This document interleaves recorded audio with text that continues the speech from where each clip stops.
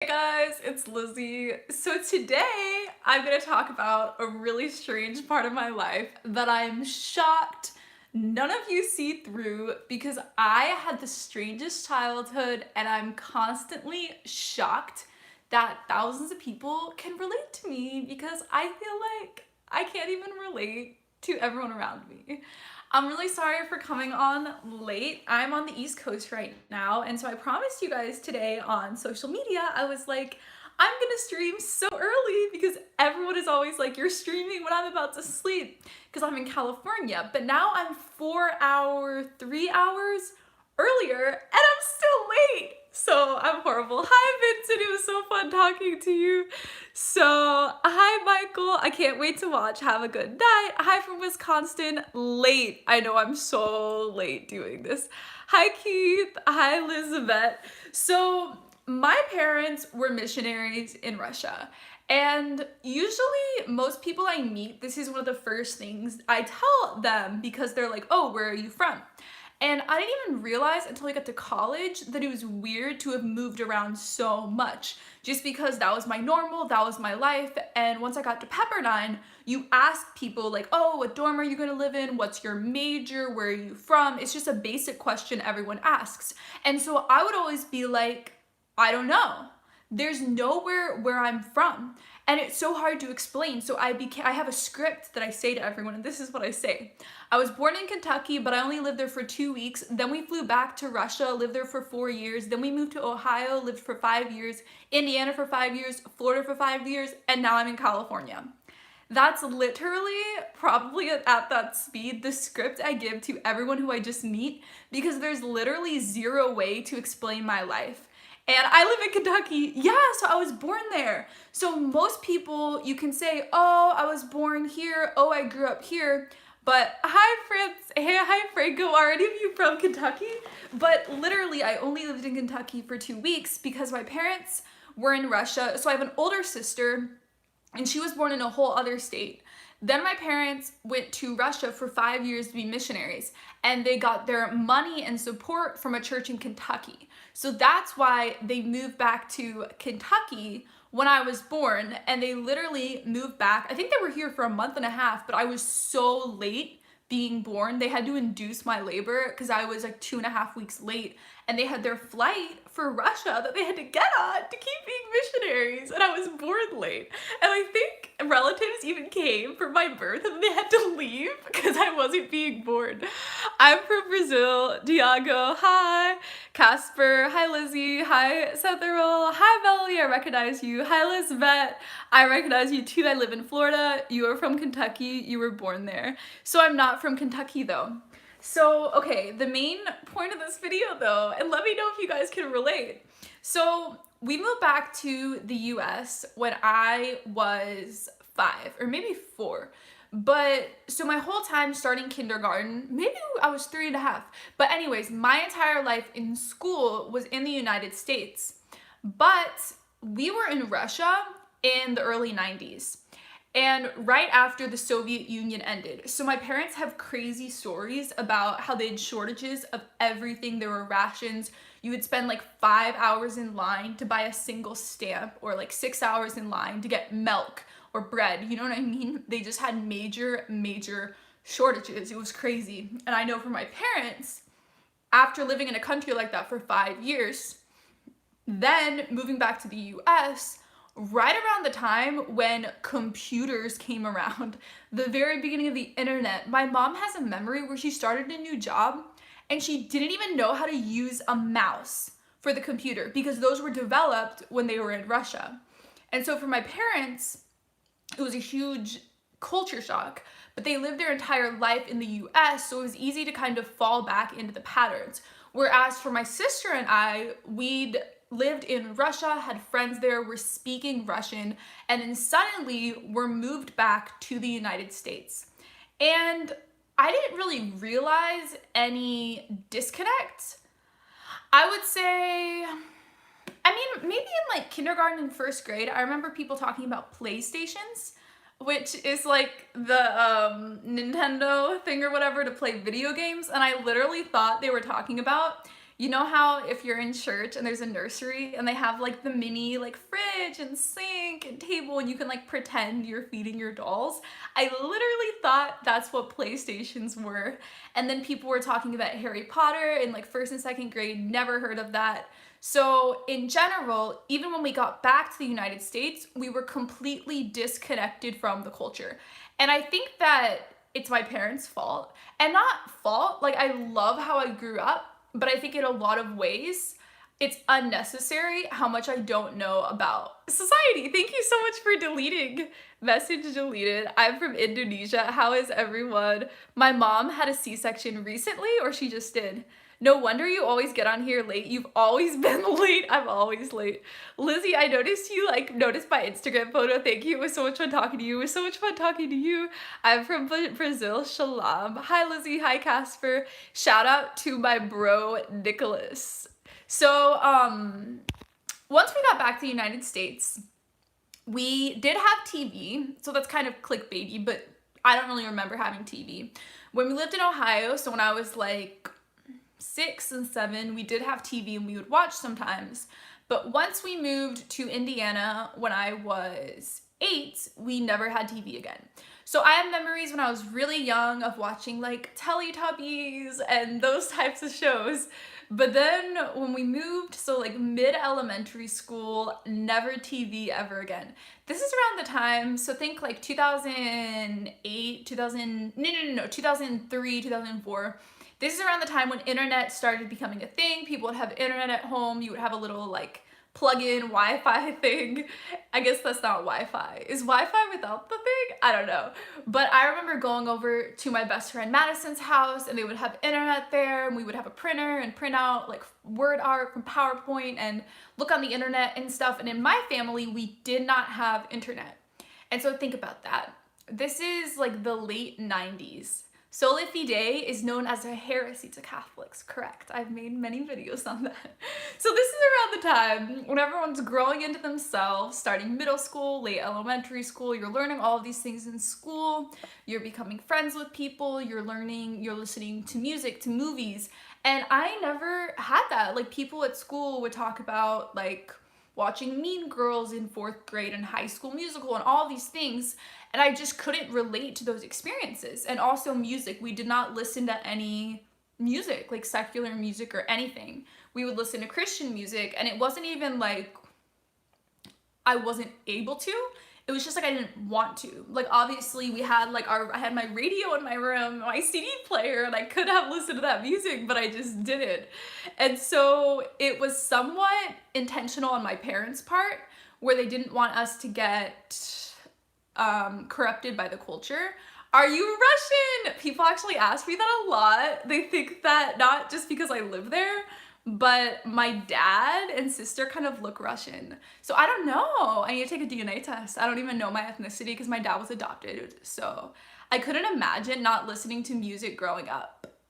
Yeah, and I did start listening to Christian music when I was older, but yeah. And so a lot of people will be like, so what did you do all of growing up? Like when you were not in school, what did you do? And I'm gonna get into that, but I wanna read these comments first. Okay, you commented really long. Hi, Lizzie. Strange question, but were your parents against Harry Potter? That's a good question. I've noticed it's a trend among Christians, especially Protestants, but even some Catholics. So my parents are not fundamentalists when it comes to religion. They're never ever those super conservative people. Everyone else is going to hell, like evolution is evil. They were never those type of people. My parents are not judgmental at all. And they've always been very intelligent about their faith. So they do not believe in the 6-day creation. They accept evolution. You know what I mean? And they're not like going around telling people they're going to hell. And so with Harry Potter, my parents are not at all going to be brainwashed into a trend hating literature. You know what I mean? So when I think we were in middle school or late elementary, my mom read Harry Potter with us. So like we would get the books, like my sister would read, I would read, my mom would read, we would like hand out the book and read together. And I don't want to spoil it for anyone, but basically it's the same as like the Christian story of the resurrection and Jesus dying for us. That's literally what it is, kind of like the overarching story. So I feel like it's the most Christian thing in the world. And I mean, J.K. Rowling has even said that Christianity really inspired it. Vincent, thank you so much for donating to my channel. DM later, I forgot to tell you something about signing up for your Patreon and hanging out. Aw, yeah, for sure, when I'm visiting Philly. I signed up for your Patreon. Thank you so much. Pride Month, do you agree with Bishop Tobin? It's bad and not for kids. Who is Bishop Tobin? I was talking to my mom about all my interactions with archbishops who may know who I am. So do you want me to go on a tangent about that? Anyway, so no, my parents were fine with Harry Potter. There were other people at our church in Florida and Indiana. So my Indiana Church of Christ was very chill, but Florida was very conservative. Like, women never pray with men there. Women never teach classes with men. You know what I mean? They were very, very fundamentalist. And my church in particular, like, all the other churches of Christ in Florida that we would do events with were like, your church is crazy. Your church, you can't even clap while you're singing. Like, my church was the most fundamentalist and conservative in all of Florida churches of Christ. And so obviously people there hated Harry Potter, but my family in particular were chill with it. So I'm gonna go on a tangent that I was talking to my mom about all the archbishops who may know who I am. So I was supposed to, this priest in Germany reached out to me and wants me to come speak to some people at schools or whatever. And they were like, yeah, I haven't heard back from the archbishop, but keep contacting them. So I was like, wow, they're talking to the archbishop? And then I was telling my mom how when I went to Canada, I refused to take the Protecting God's Children Sexual Assault Prevention class, which I did take 2 months ago, but a year ago I refused to take it because I walked in and started crying. And so this event was coming up and I was just like, I'm not going to take the class. And I mean, I'm the speaker, what can they do?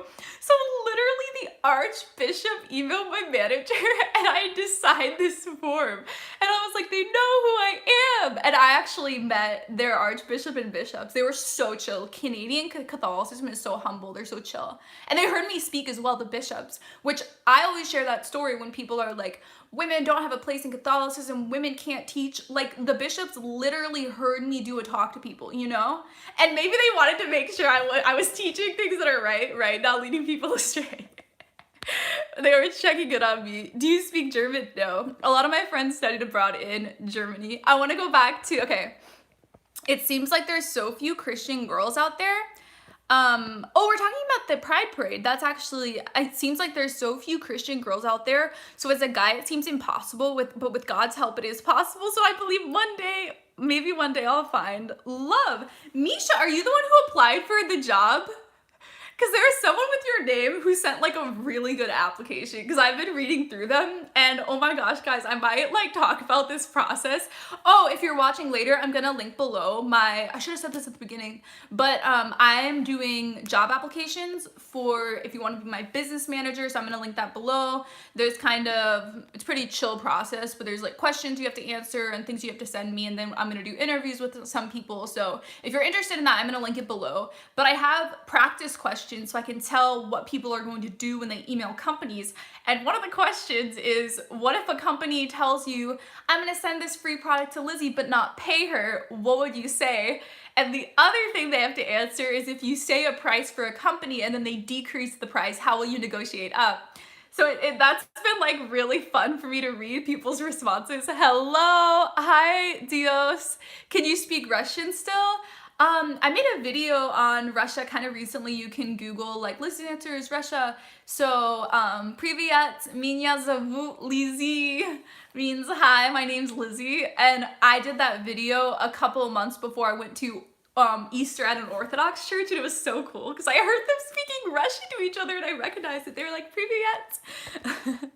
I hope one day I can find love like Lizzie and Trevor they are truly happy and have an amazing God-honoring relationship. I hope you guys are together forever. Aw, I wish he was listening to this, but he's actually speaking at a conference tomorrow.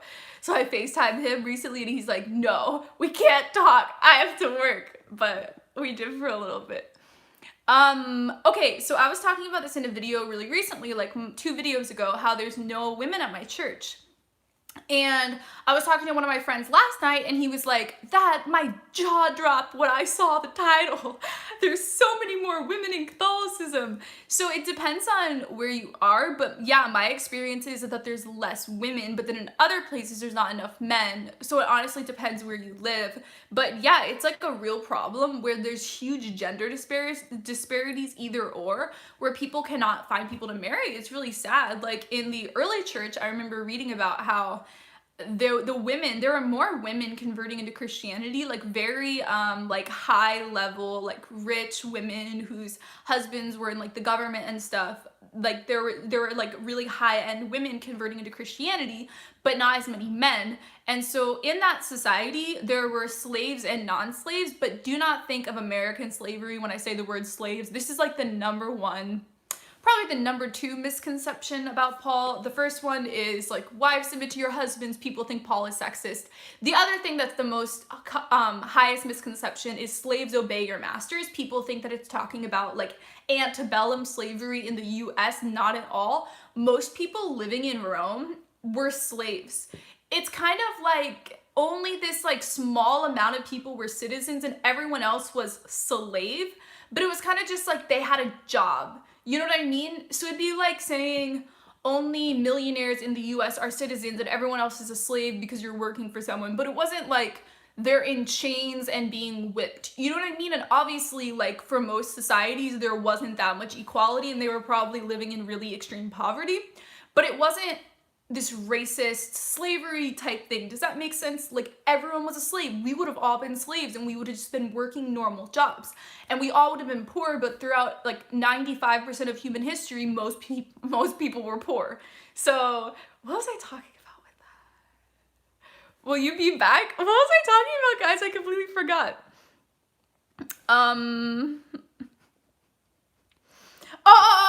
We were talking about women. So anyways, in this context, there were so many women who were Christians and there were so many slaves who were also Christians. And so it was this big thing where if you were a citizen, you could not marry a non-citizen, a slave.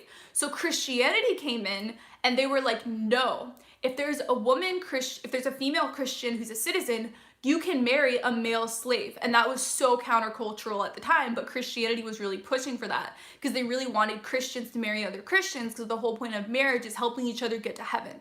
So yeah, I'm gonna read through your comments. Hello, Lizzie. Hi, Madison. I was just talking about how my childhood best friend was named Madison. Hi, Daniel. Lizzie, are you speaking in any Steubenville conferences this summer? I'm a grad from Franciscan. No, I have not been asked to speak, but I should email them. I'm being my own manager lately. I was just talking about that because my manager and I like are not together anymore. It was kind of weird. It's like going through a breakup. Like that's how I felt like it was. Cause it's like, it was so, you want to feel like it's not you, it's me, but like it's both of you know what I mean? Anyways, so I've been doing all my business stuff on my own the past couple months, just reaching out to companies and stuff. And yeah, right now I've been emailing some companies and stuff, but I'm going to reach out to like a ton of Catholic schools and conferences and be like, come book me to come to your event, so I should reach out to them. What do you think about the Orthodox Study Bible? I've never touched it, but I've seen it. Does that make sense? Like I was in an Orthodox Bible study and I saw everyone had it. So I have a Catholic study Bible. Why am I even on here, Lady Galala? Let's seek him and his ways. Thank you for the donation, Vincent. You're so nice. Tell one of the stories I told you about earlier. Okay, so we were just talking and Vincent said that he went on this date with a girl from a dating app and she showed up with her friend, which is really weird because when you go on a date from a dating app, you meet in a public location. It's not sketchy. You don't have to bring your friend. You just go to a restaurant or an eatery or a bar or coffee. You know what I mean? You go to a normal place. But this girl shows up with her friend and then they got Chipotle and went to this park to eat. And this random like older person just came up and started talking to them. It was so weird. And then, this is the funniest part. So then at the end of the date, she's like, I always bring guys to meet my parents whenever I go on a date with them. So imagine you're on Tinder or Bumble and you're going on like a basic coffee date or like they were getting Chipotle. And after they're like, do you want to meet my parents? What would you say? It's so freaking weird. People are weird. It's like someone's from like the 1950s and they don't realize that it's 2017. Let's promote Jesus. Misha. Yeah, I was the one actually. I doubt I'll get it since I don't have huge credentials, but I'm honored to be considered. Amazing Russian. I grew up Orthodox still, and my mom's from Russia. Wow! Actually, I think I completely am against credentials with getting a job. Like, you're definitely gonna do a video interview with me because all I want is someone that knows how to write. You know what I mean? That's literally it. So it doesn't matter. Someone can have a degree in marketing and public relations, but be a horrible writer. And you know what I mean? It's like you actually have to be able to do a job. You just said it's not like it's 2017. So pride parades are bad, right? So I've actually never been to a pride parade, but there's one happening in Los Angeles next week. I'm not gonna be there, but our priest actually, they made our LGBT ministry, they made little cards to hand out to everyone being like, come to our parish, we love everyone. So in my community, we see it as kind of an evangelism opportunity where we're like, we don't hate you. And I think that people from our church attending, it's not necessarily like they are against Catholicism or trying to change the church or whatever. They're just like supporting the people. Like, I think you can totally support the people and it doesn't mean you're accepting their entire ideology, right? Like, a lot of people on here are Trump supporters and I love you guys, but I'm not supporting your political ideology. I don't think there's a dichotomy. Does that make sense? So what do you guys think? Have you ever been to a pride march? What has it been like? I honestly will never go to any kind of march or parade just because of all the violence that happens and stuff. You know what I mean? Like, I would just never go to something like that. And I know that there's this YouTuber I watch, Joey Graceffa, and I forget, like last year there was some event right before a pride march and he was like, I'm so scared to go. I don't know what people will do. So praying that it will be safe. That would be devastating if someone... Yeah, I was thinking maybe some people from the church can go there to evangelize to those people. Okay. Yeah, that's what I was saying. You shouldn't like ignore stuff like that. So our priest was telling us a story where a couple years ago at the Pride March, he was like, they were like, if you want to use the restroom, you can come into the church. And he said that after that, someone started coming to our church because they saw that the priest was being so nice and welcoming to the people in the march. So like little stuff like that where you acknowledge people and you love them, like tiny acts like that can bring someone into Christianity. So thank you for your awesome videos. Thank you for being here and hanging out with me. Pride parades over-sexualize people. Yeah, I've talked to a lot of people who are like LGBT from the community and they feel like that too. But I mean, everything over-sexualizes people nowadays, right? I converted to Catholicism before I faint in thankful disbelief. What? Hey Liz, hi Rose. That would be totally awkward. Yeah, if I'm going home with their family, I'd just be like, no, it's not that level yet. What Catholic version of the Bible do you prefer to read? I, my entire life, read NIV, HCSB, and ESV, like in that order. When I was in college, I started reading HCSB and then ESV also in college. So for me, it's been shocking how I get so much hate, not hate, but people get so mad in my videos if, you know, I have like a Bible verse down here that I edited in. If it's NIV or ESV, people get so mad and they're like, that translation is not Catholic.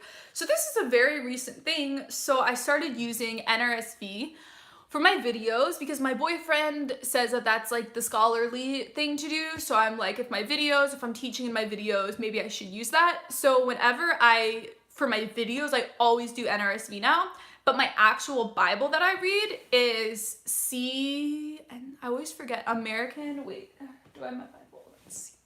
I might be able to find, I have the Little Rock Catholic Study Bible, NAB, that's what it is. And I forget the translation. Someone comment, what is the translation that the church uses for the mass and stuff?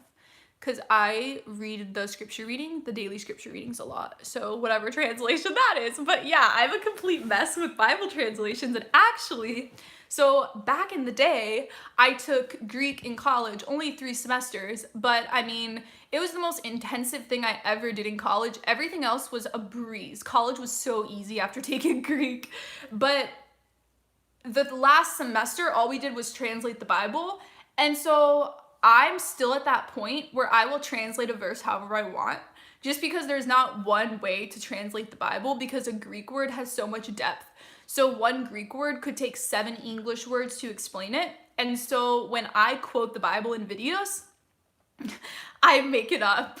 I don't make it up, but I'll like look at different verses and share like the best does that make sense? Like I use whatever translation that I think is best for the video, and it's not like I'm being a relativist or changing scripture, but just the wording. I care about how the wording sounds and comes across.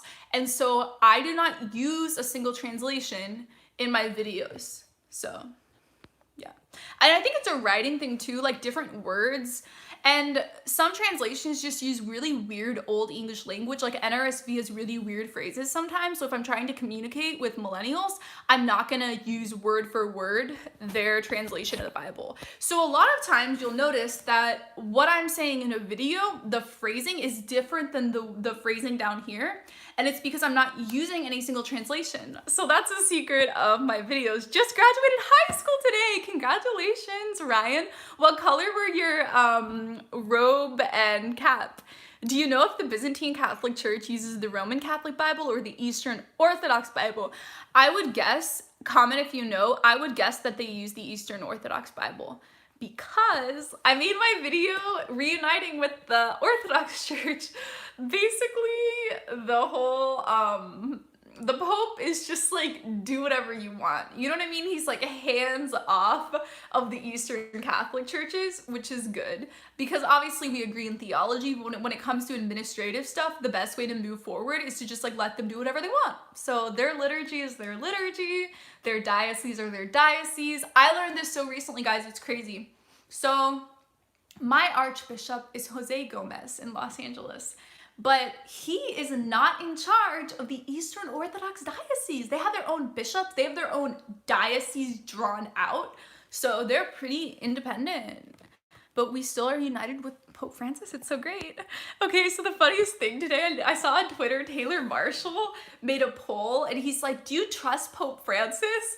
And it's Taylor Marshall. Everyone who watches his videos is like a Latin Catholic, except for me. I watch his videos a lot. But I was just like, this is not a, what is it called? A poll that like represents everyone, you know what I mean? So, opinion on Pope Francis changing the Our Father. What is he changing it to? Good question, Maria. The Our Father in Spanish is New Revised American, I believe. Does your boyfriend put God before you? Of course, his entire life is studying Christianity. His entire life is God. Like, what he spends like 95% of his time doing when he's not sleeping is studying God, obviously. What have you arrived at as a reason for why even Catholics can be so judgmental of Pope Francis? Racism. I think a lot of people don't want to hear this, but he's the first non-European pope, and he's from South America. So I notice that tons of white people, so that's my opinion. Say what you want. Sorry guys, I'm gonna keep reading. Vincent, thank you for the donation. You're so nice. I thought you were going to talk about my friend who you thought was into me and doesn't talk to me anymore, but one good story too. Yes, I was just talking. Guys, I do talk to subscribers. See, we're actually friends. A lot of people lately on Instagram, I've been DMing a lot of people and they've been like, oh my gosh, is this real? I don't know. I didn't think you read DMs, but I really do. I actually talk to you guys and stuff. But yeah, he was telling me the story of his friend who would be like so into him and then like never talk to him again. So we were like, girls are so weird in communicating. The part where it says, and lead us not into temptation, what are they changing it to? Pope Francis is of Italian descent, and his parents immigrated from there. He is very European. But see, people still view him as Hispanic. Like, he speaks Spanish all the time and stuff. That irritates people. especially people in America, can be very racist towards Hispanics, hence why Trump's rhetoric people are okay with. He isn't really changing the Our Father, he's really correcting a line in it. He wants to change the part that says, lead us not into temptation, though I can't remember what he wants to change it to. Okay, I actually got in a really intense conversation, I forget when, with people about how, is it saying, people are like, does that mean that God would lead someone into temptation and push them to sin? So I understand that that's confusing. Don't let us fall into temptation. I'm a gay Catholic and I'm always at war with myself. That's so sad. What do you mean by that? You don't have to be at war within yourself because God created you that way and that's just who you are. You know what I mean? His cover of guilty clergy is why people are against him. But see, you can't blame him for something that happened in like the 1950s to 1985. You know what I mean? Like the sex, obviously, he's in a horrible position and he probably could do better. But the sex abuse crisis, it ended in like 1985. Obviously, there have been a lot of cover-ups and like there have still been some cases, but it's something that happened decades ago. He's just now being Pope. It's kind of like how when Obama became president, he had to deal with the Iraq war. And so many things that he did, I hated how Obama did foreign policy. I think he went way too hard. I think he did a lot of unethical things. But then it's like, it's such a hard situation to be in. So that's how I feel with Pope Francis. He was suddenly like put in this thing that's been happening for decades that he was not even a part of. And so obviously he's going to make mistakes. And I think with the president is such a good analogy, right? The president is constantly doing stuff. He sees all of these things in private that we don't see. And it's so easy to judge him and to say, and if we were there, we'd do something different. But when you look at all the information together, if you were in that position, it's so hard to know what to do. So that's why I don't cast too much blame for foreign policy. Like obviously with Obama, I hate a lot of what he did, but I don't like totally judge him for it. So yeah. See, a lot of people are always like, you blame Trump for this, but you never did to Obama. Like I did. I had a huge problem with a lot of the stuff Obama did. Sorry, I'm missing all your comments.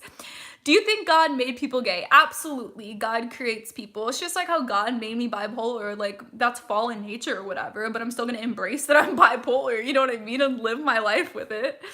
I'm glad I make you laugh when we talk. Laughter is the best medicine. Yeah, because today was so... Guys, okay, I'm going to read out your comments. I want to tell you how bad my day was. So I spent 3 hours on the phone with GoDaddy, which is where I have my website domain and like manager email through. 3 hours and we solved nothing. And then I called my bank because they said that the payments are not going through. And they're like, your bank blacklisted us and we're not able to make payments through your bank.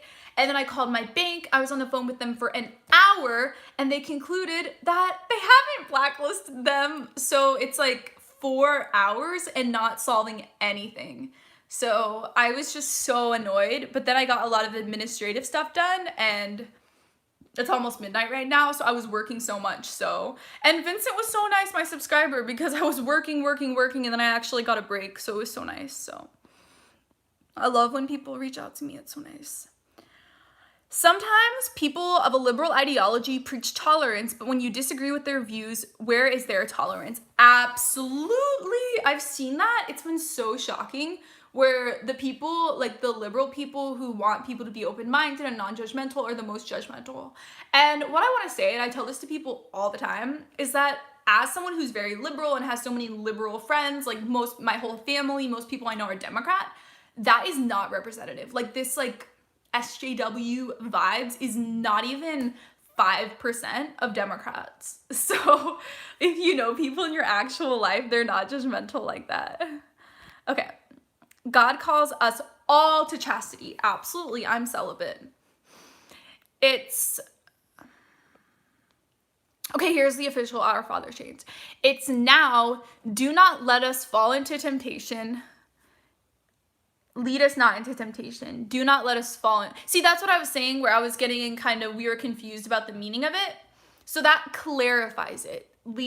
Let us not fall into temptation. So before it's like, was God leading us into temptation? Don't. But instead it's kind of like we could fall into temptation, help our nature. Does that make sense? I think it it's so interesting because we had an exact conversation about this, and that totally answers it. So, not if you are married, you don't have to be in chastity. Yes! In 1 Corinthians, Paul says that couples don't deprive each other sexually. It's good to have sex, but unless by mutual agreement, you want to set aside time to pray. Ben, you're here. You want to set aside time to pray. So even married couples have times of celibacy so they can just focus on God, because it's distracting to just be sexual passionate all the time. I'm sure it's great. I don't know what it's like to have sex, but I'm sure you still want time where you can just pray. So, and with natural family planning in Catholicism, we think it's really, really good to have times where you're not having sex and are still chastity. And I mean, even like, for example, after a woman gives birth, you have to have like stitching in that area where you gave birth, because there's tearing almost to everyone. And so you literally cannot have sex after that point. And it's like, you're being chaste as a couple and you still have a relationship. So yeah, everyone's called to chastity, absolutely. And oh my gosh, guys, there are days in Catholicism where you're fasting and you're not supposed to have sex. I mean, you don't have sex, not supposed to. And I'm sure that in the Orthodox Church, Misha, are you still here? In the Orthodox Church, they have even more days where they're celibate. So I think everyone is called to it. Celibacy is not the same thing as chastity, so everyone is called to be chaste. Guys, I got in debates with people in Ireland about, I get in debates with everyone. Not like debate, but discussion, you know? Celibacy, why do I call it celibacy? And other people say that the term is chastity. I think we just use different terms for different regions of the world and the country, right? Pope Francis confuses, he doors anything but clarify. It's because he's speaking a different language that has different, what is it called when you have phrases that are not actually words? What is it called? You guys know what I mean? We are called to be pure, not celibate. Definitions, everything comes down to definitions. Okay, I'm gonna go try to read your comments, guys. Do you watch The Vortex every morning? You should. No, guys, but get this. I'm gonna make a video on Michael Morris. And I'm not gonna tell you guys yet the clickbait title. It's not a clickbait title though, because I've literally been asked this exact question. So I'm gonna be like, is Michael Morris demon possessed? Question mark, exclamation mark is gonna be the name of the video. Because literally I get questions of people asking me if he's demon possessed because they're so confused by his behavior. So I've started writing that video script, and it has to do with mental illness too, because his mom is bipolar. And he literally said, he's like, I'm gay because my mom's bipolar. She's emotionally abusive and she made me gay. And I'm just like, that's so messed up to say that bipolar disorder can cause someone to have a different sexuality. Like, what? Who are you? I'm going up to read your comments because I always miss them. Hercules, don't be hard on yourself. We all have struggles, yes. He isn't really changing it as much as keeping the current translation. You know they all super corrupt. I'm going up, guys, I'm sorry. We can talk about the beginning of the video too. I always have, at the beginning of the video, I have like a title of what we're gonna talk about, but usually the video I talk about other things too, except for some really intense ones where, like the last live stream was so intense. I only wanted to talk about, but then, okay, so the last live stream, I really like how it was, but I didn't get to talk to you guys a lot because I was just talking. So this is better. It's heresy, not racism. So my favorite person, Christopher West, he wrote a book that I really recommend, and it's on Pope Francis, and it's translating everything he said that people think are heresy. He's actually explained what it actually means. Idioms, that was the word. So when I took Spanish, we had an entire textbook on Spanish idioms. So it's phrases that people use. So an example is like, it's raining cats and dogs, that type of thing. So the idioms make it difficult to translate, but Christopher West has a book. Google like Christopher West, Pope Francis book, and it will come up where he discusses all of this, but explains why it's not heresy. So it's literally a language barrier. Oh my gosh, your celibacy, chastity, I literally don't care, guys. Like, you could have that discussion, but it doesn't involve me. Stop pope-splaining. You guys are so ridiculous. You guys make me so happy.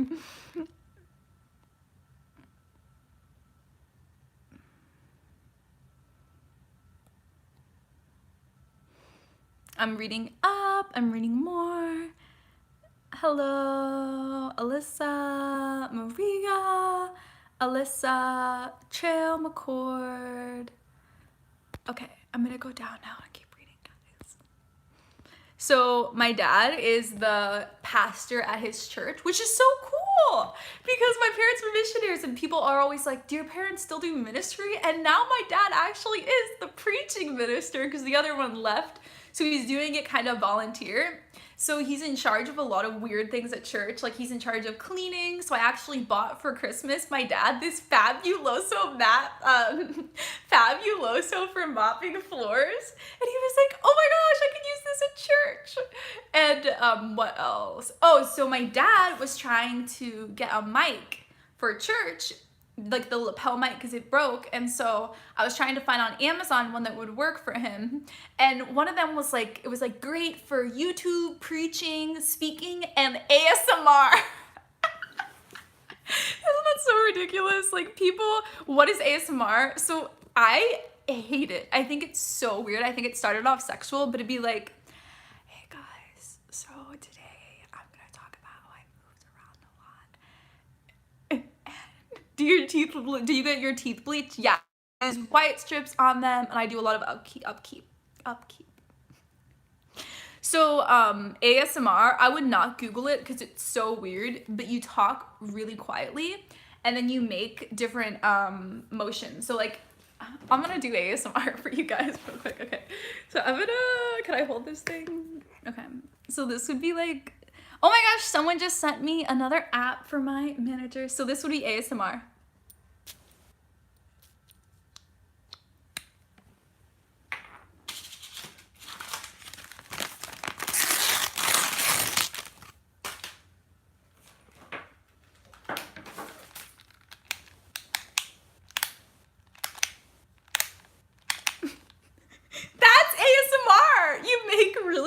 Sounds and talk quietly, and it's supposed to be relaxing, like it helps people sleep who have anxiety. I don't know, I get so cringed out. ASMR, make it stop. Yeah, I don't like it either. No, it's not sexual. People get certain tingles from different noises or motions. The common one is whispering. Hey guys, it's Lizzie. So when I got to college, people will always quote movies at me. Some people I know really, really love movies, right? So one of my friends I went to Thailand with, for like the first 2 weeks we were in Thailand, it was only the only two of us together. He would be like, oh, have you seen this movie? Have you seen this movie? Do you guys like it or do you guys hate it? Anyway, so Doug, one of my friends who I went to Thailand with, going back to how I don't understand our culture and missionary kid and everything, he loves movies, and so he always relates to things by quoting movies. And he would be like, have you seen this movie? And I never knew any of them. I'm like, no, I haven't seen that. No, I haven't seen it. No, I haven't seen it. And like the 15th time, I'm like, Doug, my parents were missionaries and we never watched movies growing up. And people, when I tell them, oh, I don't know movies, they don't take me seriously. I literally, so many celebrities I've never heard of. So I just don't know. And third culture, I was actually talking about this. I forgot I was talking to you about this, but third culture is when you are from one culture, so your parents have they're from this country, you grew up in another country, and because of that, you don't relate to either culture fully. That is my experience. And I actually hated America growing up. I had a lot of issues as a kid. My biggest issue as a kid is I'm very black and white in my thinking. So when someone would tell me something, I took it to the extreme. So my parents would say things that were negative about the United States, like our government or something, or systemic racism, whatever. And I would be like, I hate America. It's horrible. I don't want to live here. And it was the same thing with Catholicism, where they would be like, the Catholic Church is wrong on this. The Catholic Church did this. And I'm like, I hate Catholicism. So I took things like too far. And so with the US, it wasn't even hating the US, but I just never felt at home. I didn't like where we lived. And it wasn't until moving to California where I felt like, wow, I love the US. So yeah. Regina, chill. You're wasting good content whispering. Potato chip bags make me want to eat. I don't need noise. Stop! Witchcraft. Unrelated, but is it normal for meds to make you hungry? I mean, there's so many different medications. Some of my meds make me nauseous. I've heard more of meds making you not hungry, but I know that my medication I'm on, Seroquel, is supposed to cause you to gain weight, which clearly isn't working. So, yeah, but some meds you will gain weight on, so maybe they make you hungrier. I don't know. So, I probably need to gain weight. Lizzie, sorry, my first time in live stream. Sorry. What were you saying? Wait, let me go read your comment. People are getting mad at her. SSPX. No, I want to read this the way she typed in. SSPX. Lizzie, please tell us what you think of the SSPX. That's literally, people want you to calm down when you type in all caps. Like, that's what I do when I'm manic. Literally, some of you guys act manic when you don't even have bipolar. Are you more of a slipper or barefoot person? I'm a fuzzy sock person. But oh my gosh, guys, so I'm gonna upload my apartment tour video maybe tomorrow. My editing software was not exporting. I was so infuriated. I kept trying to export videos and it was not working. So finally I moved on to do other stuff, but finally today I tried again and my video exported, so I uploaded that like a few hours ago, my video on what hell is, which that was part of a live stream before, so you guys might have seen it live. But yeah, I filmed an entire apartment tour of my LA apartment and it's done and edited and ready to go, has been since Tuesday. So I'm gonna edit that, but in the video I talked about fuzzy socks and how my feet are constantly cold, which is what I mean where I need to gain weight. Like, I guarantee if I gain weight, my feet will not be cold all the time. But in Florida, my feet don't get cold. So I'm so spoiled from living in tropical. Love you, Lizzie. I love you too, Juan. I'm gonna sleep much better this evening. Aw, because of my ASMR. What happened to your laptop? Do you have to have the monitor? Yeah, I can only use a monitor, so I travel with it. So, oh my gosh, guys, I'm so excited for my life for the next few weeks. So I've been home visiting my family. And oh my gosh, it's been like a paradise resort. And I just like, when things are a 2, I take it to a 10. So it's just so beautiful here. And there's water and sun and palm trees. It's like, oh, like I'm gonna visit here in like September and November and December. I love my parents so much. But then I'm gonna go visit one of my friends who's getting married and she's becoming Catholic, like one of my best friends from college. I'm so happy because yeah, anyway, so she's getting married and her fiance and his brother, we had only hung out one night. We got dinner and talked for like 5 hours until 1 a.m. Like, we clicked so well. So I'm so excited to hang out with them because I'm going to be visiting her for like a week and we're going to be at their house like every single night helping pack and move and stuff. So I'm so stoked. You guys don't understand because I do not have that many Catholic friends. I have all of you. So it's basically like I have like thousands of Catholic friends, but in my actual life, I don't get to interact with Catholics in person very often. So if it wasn't for my boyfriend and his church, I would not know many Catholics, but through him, I have all of his friends. They're really nice. My best friend is an army brat. Yeah, so people can relate to it who are in the military. And something else I want to say, so my mom is an army brat. Her dad was in the military, so she moved around a lot growing up. And my dad did as well because he was an orphan and then he was adopted and his family moved. So both my parents don't even understand that it's abnormal to live in one place. Like, they don't even question it. And I think that both of us experience kind of like a culture shock and kind of emotional problems from moving when you're older and you have to leave all your friends. Like, it kind of messes you up. And so my parents didn't even realize that that was a problem because they experienced the same thing, right? So I move all the time and I lived in California. It's the longest I've ever lived in one place because I lived in Malibu for 4 years and now I live in LA area more, and I've lived there for 2 years, and 6 years is the longest I've ever lived somewhere. Isn't that wild? It's wild.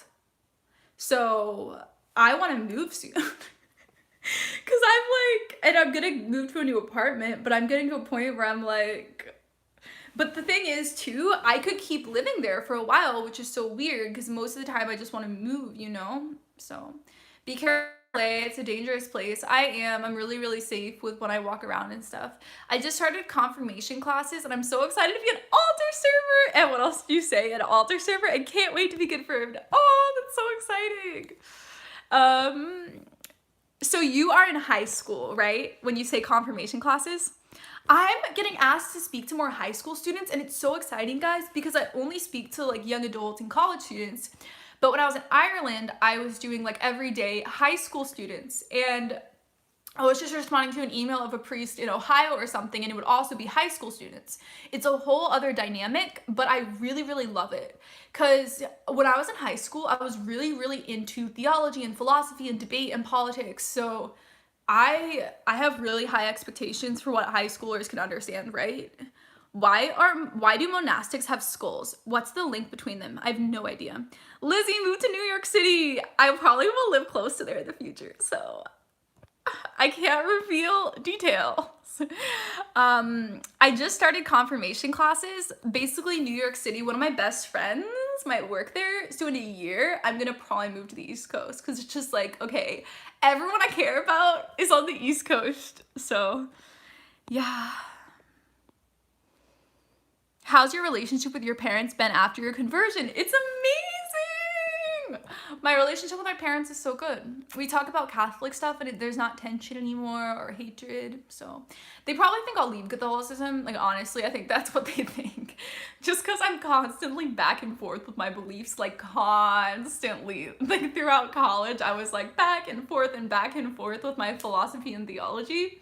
So 100%, I think they think I'll leave. So I've got grandparents like that. I think everyone would be surprised how mild most right and left people winged are. Yeah, I think I agree with this so much. Unfortunately, the loudest ones get the most attention. Absolutely.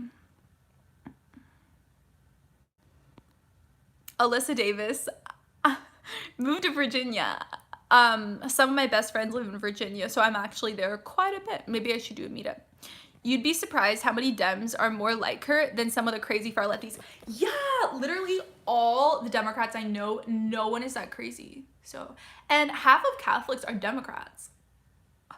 My priest is a Democrat. We talk about it. Most people in my parish are Democrats. Okay, it's actually really sweet. I was thinking about this today. I should make a whole video on this. So I was talking to my parents tonight about gay people and transgender people and all of that, right? Is this good lighting?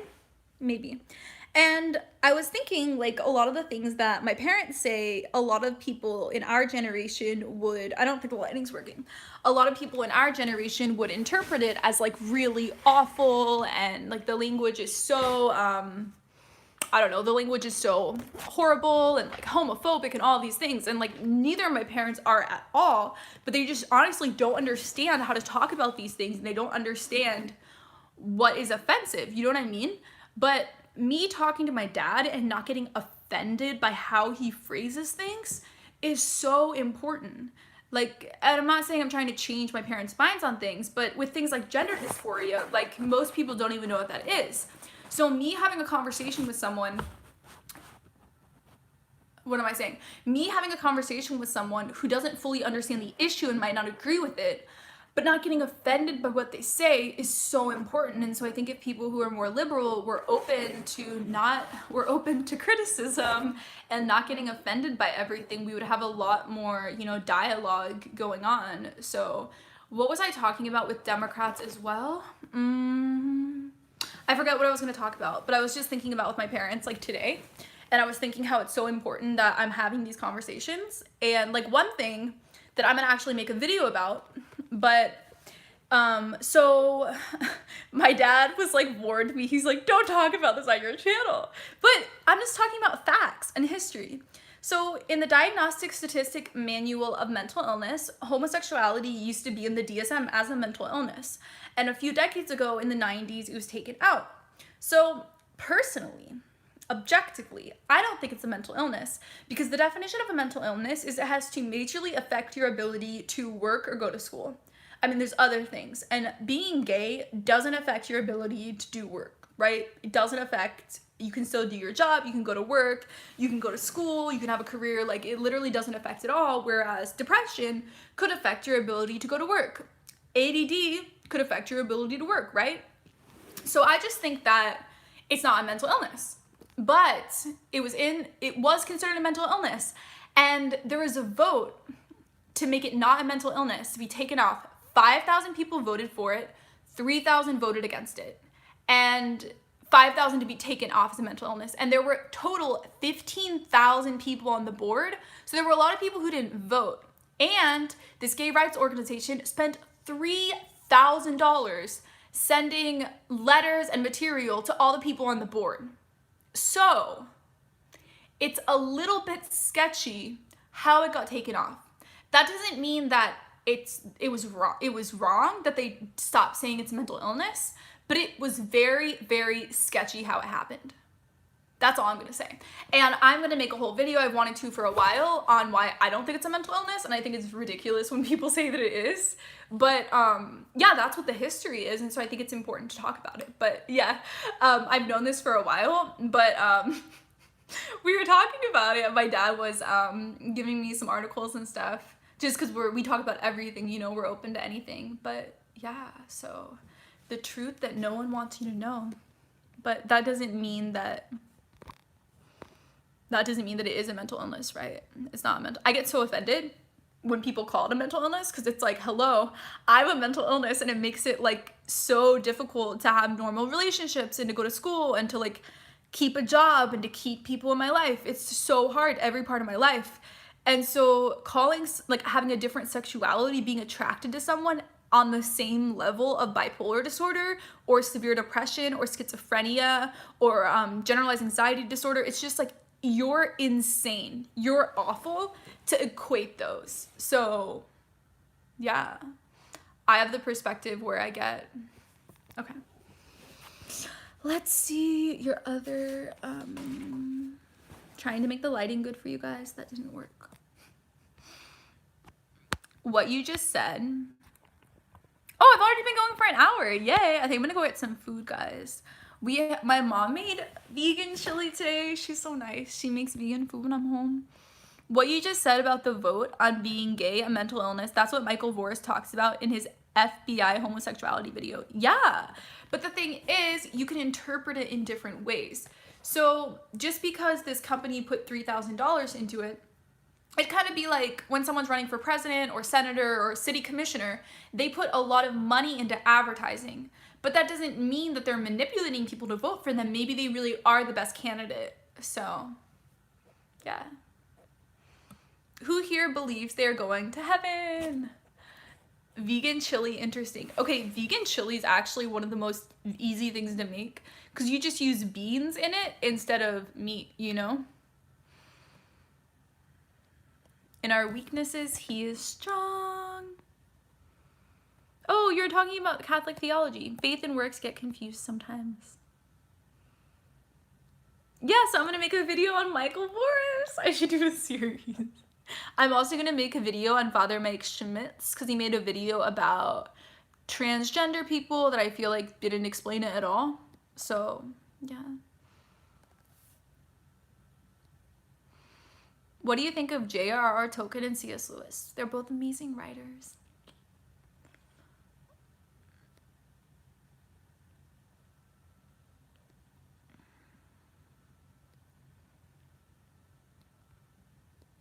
Joe Biden is a Democratic Catholic pro-abortion.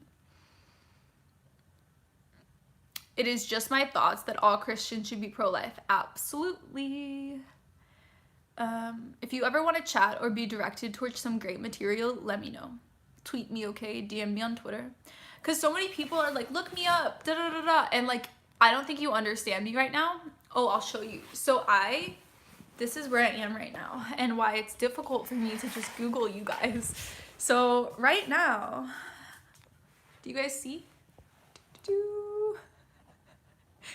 I have my phone on a tripod, and then I have my light right here, and that's it. So it's hard to just Google things when I'm talking to you guys. So if you ever want me to see something, DM me on Twitter, because I hate social media.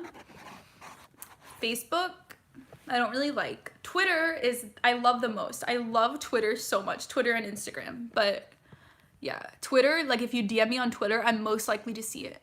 But I do go through Instagram and stuff, so. I can't wait for the video. Imagine if Forrest makes a response video. Yeah, I'm gonna go after him. I'm gonna make it. I have a fun video script. I made French fries in an air fryer.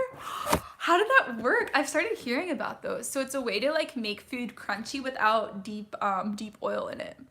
Have you seen the video of the Catholic woman in the talk saying that she will be going to Pride and bringing my Catholic children with me? No, I haven't seen it. We were just talking about the Pride because it's happening in Los Angeles next weekend. Next week. Oh, in like a few days. So my parish, we're giving out like cards, being like, come to our parish. We love people, you know. Please watch more Taylor Marshall, Lizzie. You're scaring me.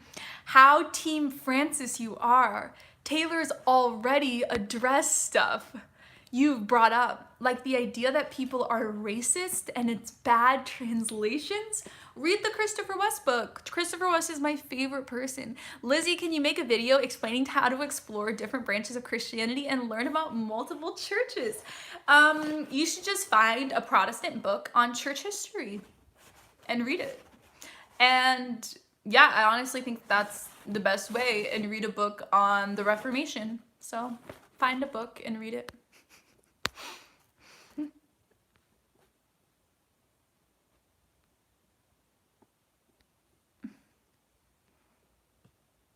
I'm going straight to Jesus when I pass from this realm. Hallelujah.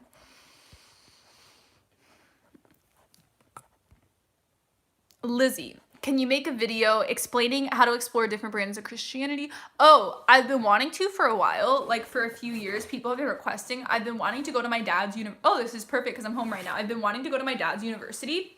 And you know how in schools they have like the giant whiteboards, like the size of the wall? I was thinking I can do like a draw my life of like a timeline of Christianity.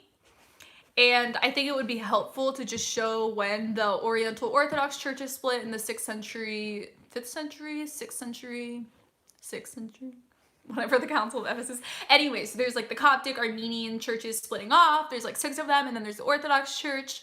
And I don't know, it'd be cool too to talk about different heresies, but I think that it would be cool to make a video like that. But I honestly think you guys should just go to school though, because when I was in high school, we talked really in depth about the Protestant Reformation. Like we learned everything in school. So if you live in the US, you probably learn it in school. These days, you can't say anything without people getting, no matter how kind you are, how politely you phrase it, they'll call you a bigot. Just gotta be honest if they're upset. That's why I think you should just talk to things, you should talk about things with people in your life. And I think this about religion too. It's really important where you formed a relationship with someone and then you've kind of you've been like earned the ability to share things. We talked about that a lot in my college, where you like earn the ability to share your faith, and not that you can't share your faith with strangers, but I think that if you have a personal relationship with someone, it really helps. So like my family members or my friends, I'm not going to get like angry and hate them because of something they say, right?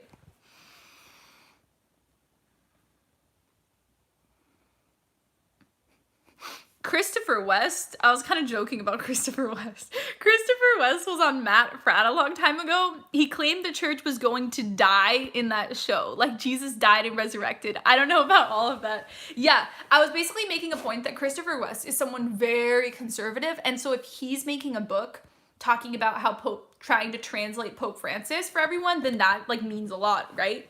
I think Christopher West is kind of close to Taylor Marshall, right? I don't know. Maybe he's not Latin Catholic. 20 minutes till they get crispy. Love to see that diagram. ISTP. Oh my gosh, I love ISTPs. I'm in love with an ISTP, so. I wish that you could meet my boyfriend, because I feel like ISTPs are so bizarre and they're such a small segment of the population. And I'm sure that like all of you, if you got together, you would feel so understood, right? A particular med made me gain weight. Thank you for answering my question earlier. Yeah, and honestly, your psychiatrist should be telling you this with the symptoms, because I know my psychiatrist, I guess because women are very concerned about weight gain, and so she was like pretty upfront, like this med will make people gain weight, just so you know, we can switch to a different one. So, and my thing is like, I will gain weight if I need to help my bipolar, right? Like when I was on lithium, they all start with L. When I was on lithium, it gave me a ton of acne, but it was like, if it saves me from going manic, like this is good, you know what I mean? But luckily there's so many, so. I'm a mom, ISTP. My husband is an ESTP, he gets me. Oh, those are my two favorite types, ESTP and ISTP. That must be such a fun relationship, oh my gosh. I love ESTPs. What's ISTP? I don't know what an ISTP is. It's a Myers-Briggs. I made 3 videos on ISTPs. I was really manic when I filmed. So if you Google Lizzie's Answers ISTP, I've run into a lot of ISTPs in my life. And ESTPs. Because you kind of attract people who you like being with, right? And so I've just found like a lot of trends with the type of people who I like working with, so. I actually, like I said, if you're watching this later, I have linked below my application if you want to be my business manager. I actually had people take the Myers-Briggs test when they're doing the application, just so I can understand their personality type and like how we'll work together in our dynamic. Because I've worked with so many different people in church settings, mostly church settings, and so it helps me in advance to know how they will react and how we interact, you know? I hope that everyone pro-life is also for universal healthcare coverage and against the death penalty. Yes. It's so hypocritical when people are not womb to tomb about it. Lizzie, when I get married, I want you to be at my wedding or speak at my wedding. Oh my gosh, yes. I would totally love to come to your wedding. Guys, you should all invite me to your wedding. Actually, someone did invite me to their wedding through Instagram DM, but I couldn't make it. But I would love to come to your guys' weddings. I will invite all of you to my wedding because I'll live stream it. No, I'm just kidding. There's this one YouTuber and they literally brought their vlog camera with them down the aisle. Like, that's going too far. Like, you need to have a more work-life balance. Popping in even though I should be sleeping. Hi, Ezra. And against endless wars. Absolutely. Misha, I love how you talk about topics. Though you always explain things, always give so much evidence, explanations.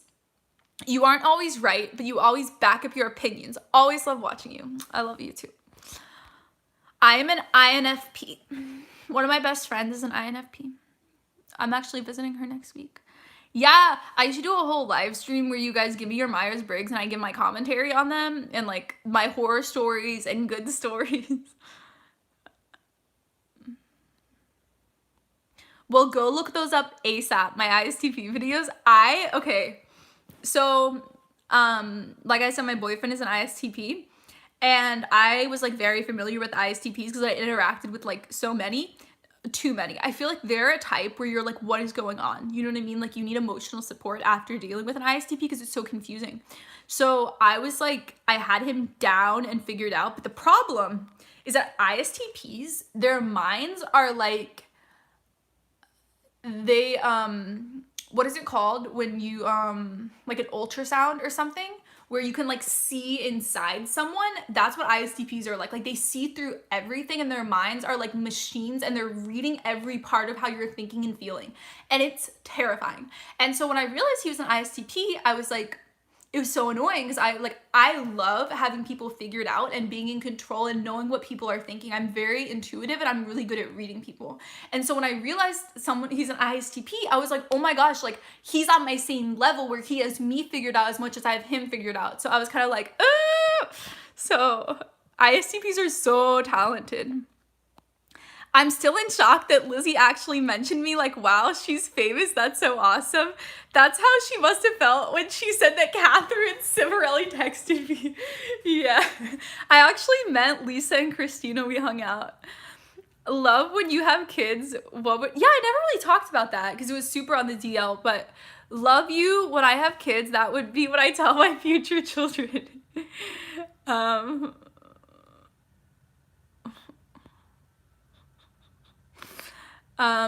when is Trevor going to propose to me? Everyone's been so annoying about that. I feel like I'm actually gonna make a video about this because I have so many people like wanting me to get married, and all my friends are getting married, right?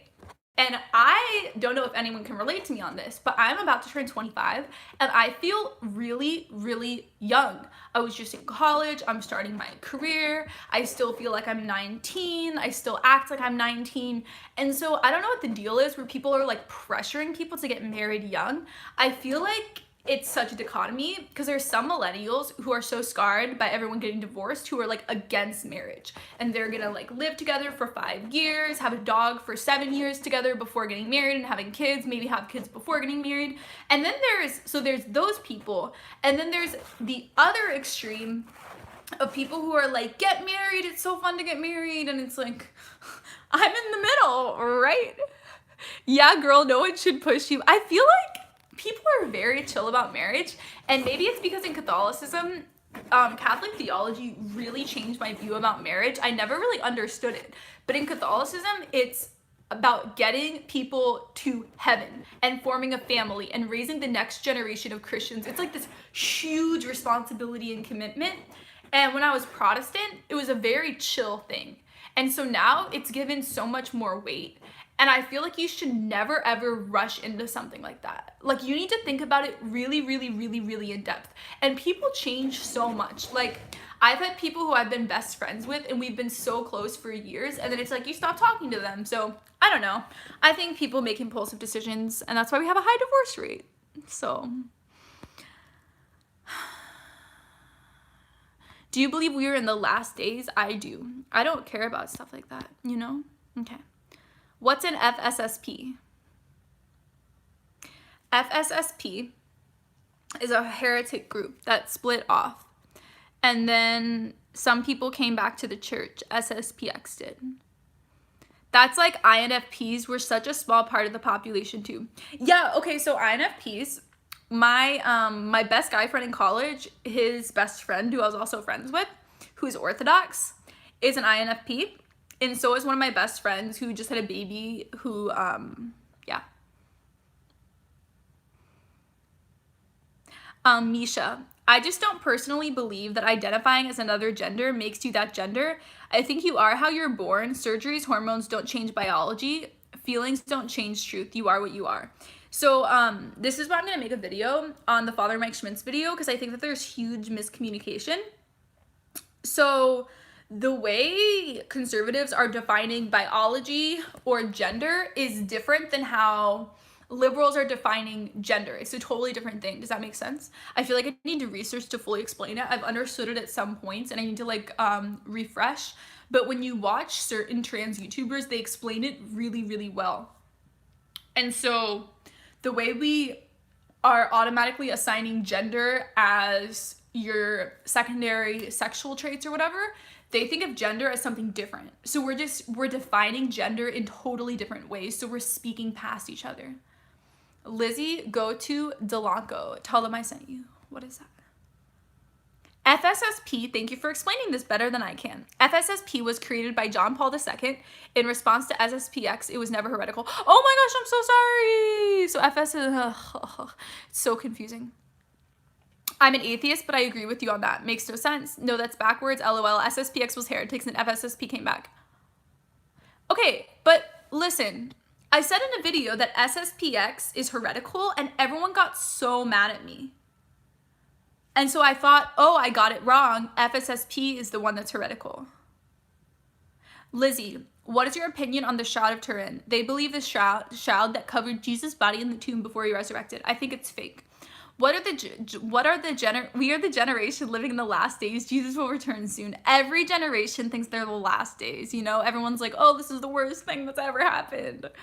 Death penalty is for guilty people that don't repent. No, of course, pro-life for babies because they're innocent and didn't do any crimes. The thing about death penalties, a lot of people who are actually innocent are on death row, and it's a huge problem. I really recommend this nonprofit called the Innocence Project. Right now, open another tab and Google the Innocence Project. And they're a nonprofit, and there are so many people on death row, and it's really a unique problem now because DNA evidence is relatively new. So they can go back and find the evidence and prove that they're innocent. So that's my thing. This is called the Blackstone Principle, and it was like our founding fathers' principle. I'm saying this wrong, but this is the general gist of it. Better that 12 guilty persons escape than one innocent person suffer. That's what our founding fathers believed. So I just think if you could be wrong about like one person and kill them. Also, it's more expensive to do capital punishment. Literally, it's more expensive. I don't know why it's more expensive. I think it's like the drugs or the attorneys or whatever. And so it's like, why are we gonna spend more taxpayers' money to kill people? You know what I mean? Like, I don't wanna spend more money. They believe that there hasn't been a real pope since Pius X. Yeah.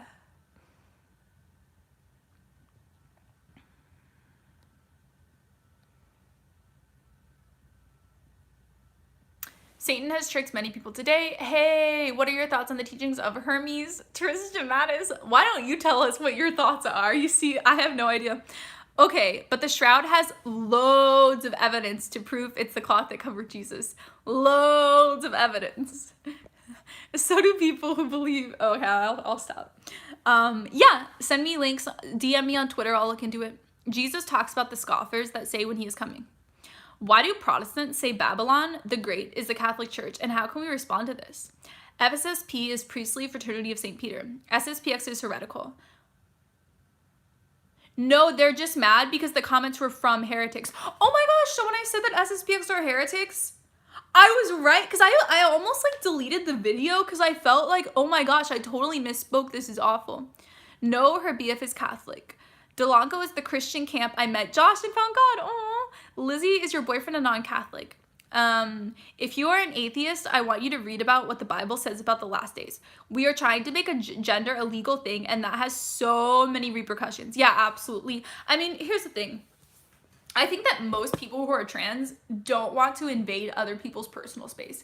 And I think that, does that make sense? Like, I think most people who are trans, they just want to like look like the other gender. Like if they're male to female, like grow their hair out, maybe get some surgery on their face. Most people don't even do the sexual reassignment surgery. So they just want to appear as a female, on their passport, have female, like just live their life. Like they just want to live their life. And so I think that it's like this very small amount of liberals who are trying to push down everyone else. But I think that most trans people are just trying to live their life and don't want to like enforce their life on anyone else. And I think that that's the whole point. Like trans people are like, or someone who's gay, they just want to like do their thing in their life, not affect other people. And so I think that we should just like have it towards each other. Does that make sense? Like someone who, if a guy wants to marry a guy and like be in their relationship and live together and have sex and do their life, like who cares? That isn't directly affecting you. And I think this is primarily how American politics are. As long as you're not directly harming another person, do whatever you want. That's kind of how our country is. That's just how our political system is. And I'm not saying that that's the right Catholic view, to think that as long as you're not directly harming someone, it's fine. But in general, that's how American politics have always worked. That's how our government is. And so I think that there's obviously like this loud group of liberals who are trying to enforce gender on everyone. But I don't care if someone is born a male and wants to appear as a female and has gender dysphoria, and they want to change their gender on their passport and their driver's license. How would anyone have a problem with that? I understand if you're trying to do pronouns and putting people in jail for using a different pronoun. Like, what if they make a mistake? That's kind of annoying. I think that everyone should like use charity and be nice and call them by their preferred pronoun, just like how I like being called Lizzie, even though I was born Elizabeth. Who cares? But I think that I think that should be a choice though, right? And I mean, my thing is, if you are trans and appearing as the other gender, a lot of times you can't even tell. Like, if I wanted to appear male, I would like change the way I look, and maybe not even through surgery, I would just change the way I look. and then people would call me by mail, you know what I mean? So I think most trans people are not trying to like affect everyone else's life. We just want each other to leave each other alone, right? I think that's like the most basic thing. Like, and okay, I feel like this actually, I should make a whole video on this. This would solve everything. So right now with the law in California where they want Catholic priests to like tell people what they say in confessions, we just want to be left alone. Like if you just leave religious people alone and don't make us do things against our religion, then we'll leave you alone. And it's kind of with the baker thing too, where they do an entire Supreme Court case because they wouldn't bake in their cake. It's like, just leave us alone. Go to a different bakery. And I feel the same things about Christians with a gay couple or with trans people. Like, just let them live their life. Leave them alone. We should just leave everyone alone and do our own things. That's how I feel. And I think it's just like ridiculous that all of this stuff is a political war. Because honestly, what someone is doing in the privacy of their own home, in their life, in the privacy of their worship center, it honestly doesn't affect you. And obviously, like, that's not like the Catholic view, because long term, certain actions can subliminally affect the entire culture. But when we're coming at it from an American politics perspective, we should just leave each other alone. And everyone would be happy. The one thing is abortion is impossible to fix because we think that they're killing people, so you can't just leave them alone on that. So that's the one thing that will not be solved. God doesn't have a gender, but Jesus, since he came to earth, is male. I'm on hormones right now because I can't live like my birth gender. If there was a way to treat this illness any other way than transition, I would do that. Sadly, it doesn't work like that. Okay, I'm gonna screenshot this. I was literally just talking about this to my dad today about how a lot of people, how there isn't a cure to gender dysphoria. And I agree completely. I think I changed my parents' position on this just because who researches in depth into gender dysphoria besides like me and people who are trans, right? Like I'm just fascinated by everything, so I research into it. But yeah, absolutely. It's like if someone has gender dysphoria, there's literally no medicine. There's nothing to fix it. And so it's like if going on hormones and changing your hair and doing your makeup differently or whatever, like majorly decreases your chance of being suicidal, like who cares? You know what I mean? I just don't understand why anyone has a problem with that. And I understand if you're like, if it's in your religion and your religion is against that, but from a political level, I genuinely cannot relate to anyone who gets angry about someone doing that. Like they're not related to you. I mean, even if someone in my family or my friend was doing that, I wouldn't like get mad about it. But yeah, I absolutely love you. I don't understand how people get so mad about, I think people get mad about people transitioning just because it's such a small percentage of the population and people just like get confused by it because it's not a normal thing, right? I think anything that's like a small group of people, it like that's why racism is so big in our country against Black people, because it's such a small group of the population. And anytime you have a really small group, people just like gang up against them. It's just how people are.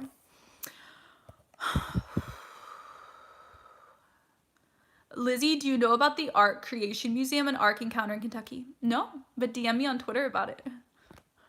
That's honestly, guys, if you want me to see anything, I do read my DMs on other things, but on Twitter, I love Twitter. Okay. I saw your video entitled, "I'm dating a non-Catholic ?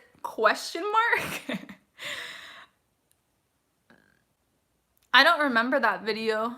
Was it a live stream? Okay, here's the thing, guys. This is an explanation of my channel, a guide to understanding my videos. If it has a question mark, it means it's a question. So it means people have been asking that question. Oh, that video you're talking about? Okay, I don't even think I had was in a relationship at the time, but I was talking about one of my, ooh, maybe I was, but I hadn't talked about it on my channel. Like you guys didn't know I was in a relationship, but one of my friends was dating a non-Christian. So I made the video, "I'm dating a non-Christian ? To talk about my views on if I would date a non-Christian. So Father Mike Schmitz made a really good video about this, of marrying a non-Catholic. I recommend looking it up. Yeah, moderators, wow, y'all are good. I have Twitter but never use it. I use Instagram though. Yeah, I use Instagram too. Okay, so my thing, I don't like using my phone. And I realized recently that I really, really need to get over this because a lot of stuff went down with my friends lately and they were like, we feel like you don't care about us at all because you don't text back. And I had no idea that like not texting someone back for several days like really, really, really affects them emotionally. Because for me, and that sounds so stupid, but I'm so bad at emotions, guys. And last night was similar where I was like 5 hours late talking to someone. And like I should actually feel really, really bad. And even with my boyfriend too, I'll spend like 10 hours not texting someone back. And what I'm getting at though is I'm never ever by my phone. And I think because so many people are addicted to their phones, I'm so scared of that. So I go the exact opposite. So with Instagram, I have to be on my phone. With Snapchat, I have to be on my phone. But with Twitter, I can do it on my desktop. So that's why. You have a Midwest accent? Yeah, there's a lot of words I say and people think it's so weird.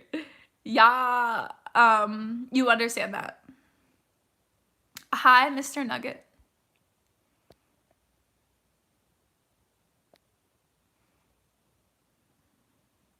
I hate stuff like that, Ian, and my dog identifies as a bed pillow. I can't seem to break him of this habit.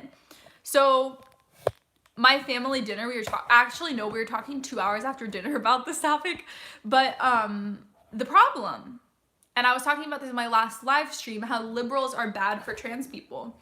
So there's a very, very small segment of the population that has gender dysphoria. It's kind of like people who are schizophrenic. It's like a very small amount. I'm not comparing it to being schizophrenic, obviously, but it's something that is like a very small segment of the population that is not common. So now a lot of people are identifying as trans who do not have gender dysphoria, and they're creating hundreds of genders. Someone with gender dysphoria, it's really basic. They're born one gender biologically, and they feel like they hate their anatomy and they hate their gender and they're suicidal and they have extreme discomfort constantly, dysphoria because of it. And it's really, really, really, really severe. And so they want to appear and live as the other gender. That's it. It's really simple. They're not trying to be a dog. They're not trying to be a pillow. They're not trying to identify as a paperclip. One gender, the other gender. That's it. Unfortunately, there have been a lot of other people who think it's trendy to have gender dysphoria, which is so offensive and awful. It's similar, some people think it's trendy to have a mental illness as well. I don't know what's wrong with people, but a lot of people want to identify as 100 different genders and be like, I'm trans as well. You don't have gender dysphoria. Does that make sense, guys? So it's like this small segment of the population is really, really hurting and trying to live their life and trying to be flourishing and happy and not depressed and suicidal. And then there's all these other people who are weighing in and they're making people like mock the people who are truly suffering. And it makes me so angry because I see the people with gender dysphoria who are so hurting and just trying to like live life and be happy and be themselves, and then everyone else just sees these people making a mockery of it, and I hate it. I think that yeah, I wish everyone could just see them through my eyes, you know? That sounds really egotistical, but you know, I've done so much research. So Ezra, I've been to 3 mental hospitals because I've my depression from gender dysphoria. I'm doing so much better now on my meds and using other DBT therapy. So your hormone replacement therapy gets rid of the dysphoria on my meds and using DBT therapy. What is DBT therapy? Can you DM me on Twitter, please? Ezra, because I'm making a video really soon on Father Mike Schmitz and his like trans video, and so I would really, really love to have like more information to explain it. Because that's what I want to explain in the video, how there's literally no cure. And so it's like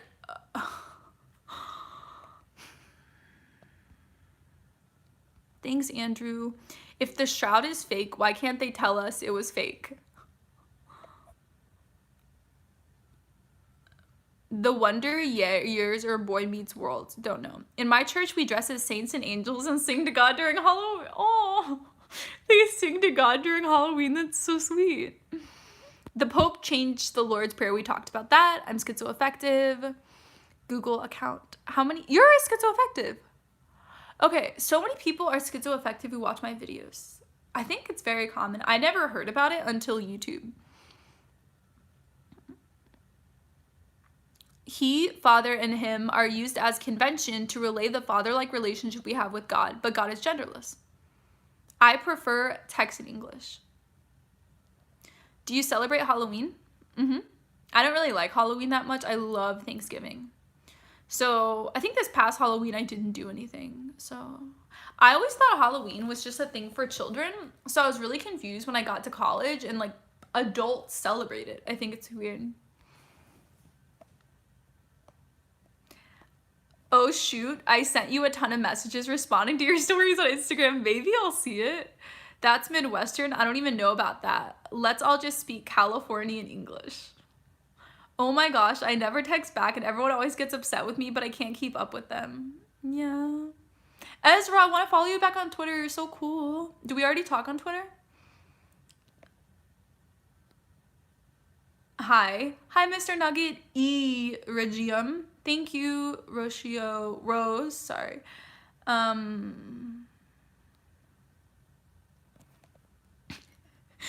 Google account.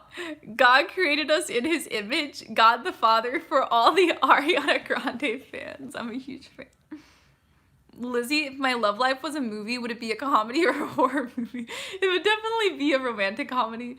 Yeah, moderators. Wow. Okay, I read that. Let's go down. I don't use Twitter often, but I will follow you and DM you. I wish you used Twitter more. Why can't they tell us how people made the shroud as a photo negative when there's no? Why do you care? Here's the thing. So I was talking about this in my last live stream. No, 2 live streams ago, about how God never speaks to me.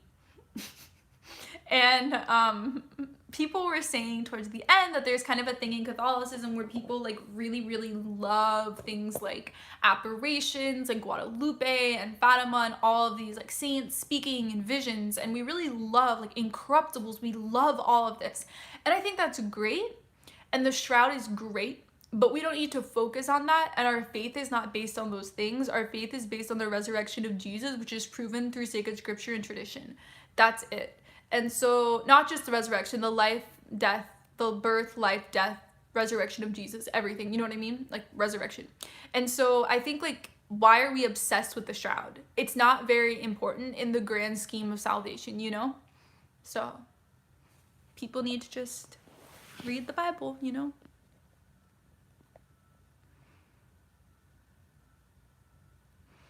Relics are so cool. Why would we not care? We just can't get obsessed. Not everything gets boiled down to one verse. I love relics. I'm obsessed with them. I was just talking to my best friend recently. We went on this road trip with like maybe 6 of us who are best friends from college. Yeah, I was hanging out with my friend Nicole and we were talking about all the places we traveled together. And it's not an either or, obviously. And we were talking about how we did this road trip in like May 2017, and it was right when I was thinking about becoming Catholic. So one of my friends who's an INFP, he grew up Orthodox but went to Catholic school, and so he was telling me all about relics, and we talked about relics and the Pope for like an entire day on the road, and people were getting so annoyed because like I just want to talk about philosophy and theology, and I think like, okay, so there were 6 of us total, and like 2 of the guys were into philosophy. My agnostic best friend just puts up with my religion, and then we have the Orthodox guy.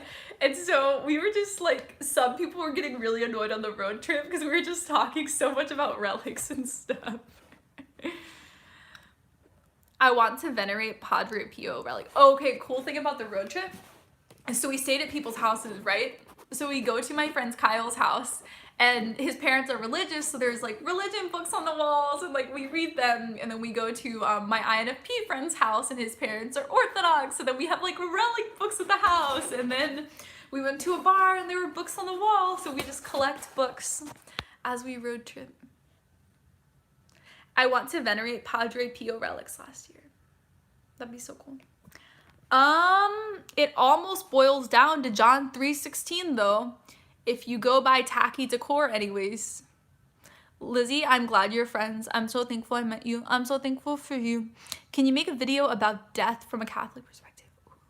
I just made a video about hell. Did you guys watch my video of my hell poem? I uploaded. I'm super proud of it. The resurrection of Jesus is a miracle. We are a faith of miracles. Absolutely. All I'm saying, guys, is we can't base our faith on these things. All the glory points to him. Absolutely. I wasn't saying that it's not.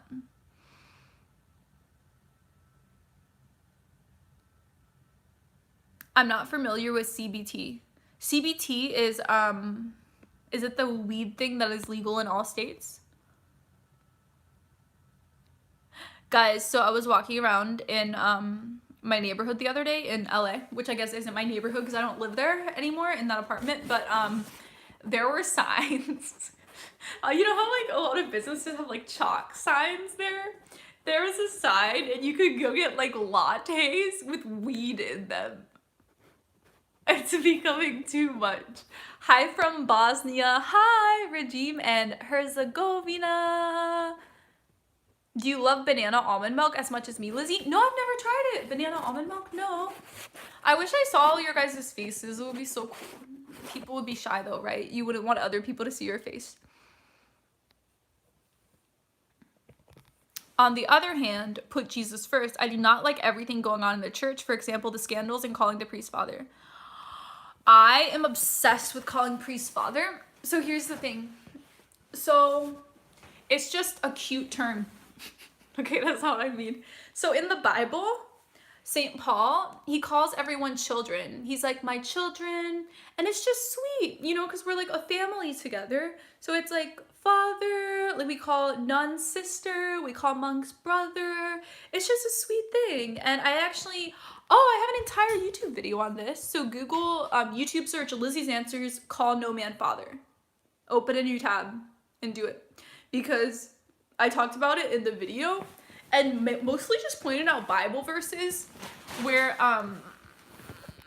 they're the people in the Bible are writing to the early Christians and being like, my children. So yeah, it's just really sweet. That's it.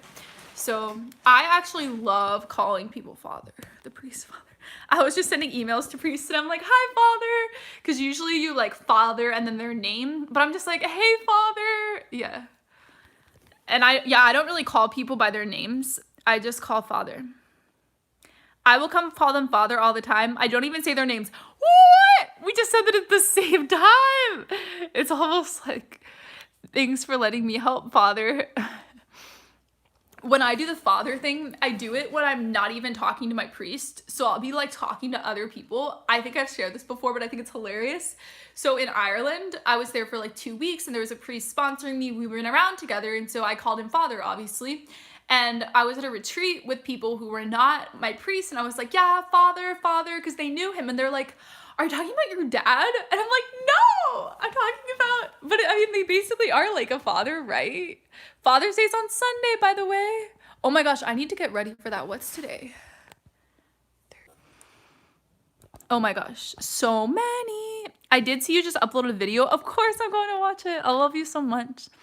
Yep, I am. Yes, Ben. Am I the only one getting lag? What is your favorite prayer?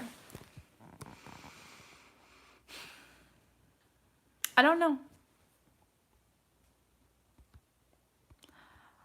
I was really manic last weekend and I was praying the rosary like 3 times in one day.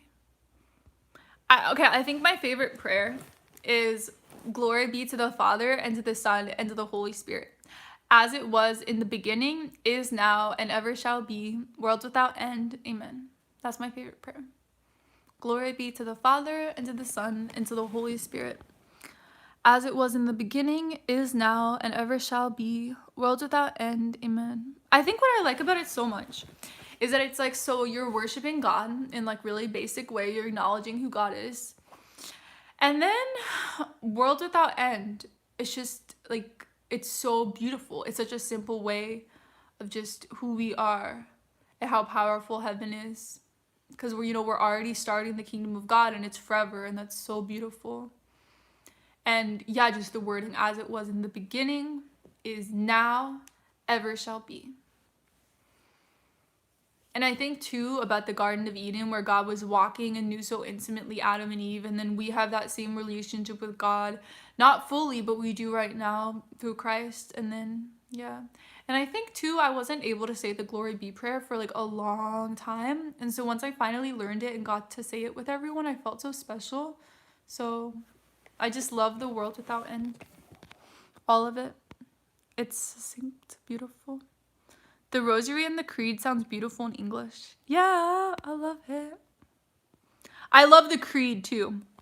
I love the Nicene Creed. I think I'm never gonna memorize the Apostles' Creed, maybe in 5 years when I will not get confused. But I love saying the creed. My priest recommended, and I shared this in my video on temptations, but he said that anytime you're being tempted, just say the creed. So I just say the creed. Yeah. So when I pray my rosary, I say the entire creed at the beginning and the end. And I get so sad. So I didn't understand for... This will sound so stupid, but I didn't know that every Catholic church said the same prayers at Mass until I visited my boyfriend for the first time and I went to his Catholic church. Because when I was becoming Catholic in Florida, I went to Latin Mass, so obviously I don't know the prayers. So then I went to my church, and it was like the only Catholic church I went to. And so then I went to visit my boyfriend, and I was like, they do the same prayers. And I was like, does every church do the same prayers? That's so cool. Because I knew that we all did the same scripture readings, but I had no idea. So anyways, what I was saying with that, where I just didn't understand that we all did the same thing, I didn't know that every Mass had the Nicene Creed. So when I would go to daily Mass and we didn't do the Nicene Creed, I hated it. And I was so sad. And I was like, why don't we do the Nicene Creed? But now I understand, you know. Thank you, really. I've been learning about Catholicism. Thank you. I forgot how to say the Apostles' Creed. Yeah, I just don't even... If we're doing group rosary, I'm just like... I don't really talk. Mine is the sign of the cross. On earth as it is in heaven. I'm so hungry, guys. I'm gonna go make food, but I can't talk because the layout of our house... I might actually give you a tour the next time I live stream, but the layout of our house is perfect actually for when I visit. So we have like the main area here, and then we have my parents' room here, and then the kitchen is here, and then there's a hallway here, which is where my room is. So we have like the laundry room, my dad's office, hallway, main area, my parents' room. So, but last night I was kind of FaceTiming in the kitchen for a bit. And I was just quiet, but that's because I was listening, so I put the sound down. But if I have to talk the whole time, it's not gonna work. Misha, you are special, Lizzie. Never forget that you're a sister in Christ, and I really hope you're able to live happily, free from pain. Your brain is more stable when you're happy. You deserve it. Oh, that's so nice. I screenshotted that. I'll keep it forever. Hopefully we get to work together, okay? You're #1 from everyone who sent a resume so far. Not a resume, but application. I actually haven't even looked at people's resumes for this job because I was thinking like I honestly just want you to be able to write good emails. That's it, you know? I love your recommendation from your priest. I've done it and it works. Yeah, to start saying the creed. Yeah. Because I think that saying a Hail Mary is nice and asking saints to intervene. But being able to say the entire creed, it like completely distracts you from what you're doing. Because it's so long and it just forces you to like not venerate God, but honor God and give God all his glory and what he is, you know? Like you're like, wow, God is here. And I'm an ant and I should probably not sin, right? I love praying the rosary. I bought one about a year ago not knowing what it was. And when I found out what it was, I learned about what Catholicism is. Wow. I want to start RCIE soon, but I have to wait until I move. Oh, that makes me so happy. Where are you moving to? Since you're just a purple face, I think you can say.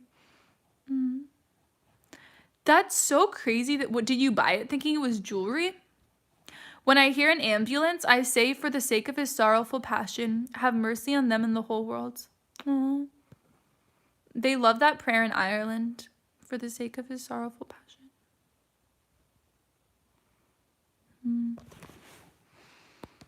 Okay. There's this,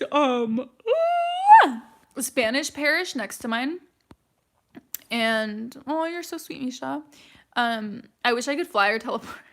Anyways, so there's this Spanish church next to mine, and I was hanging out there, when I was hanging out there, like, last week or something.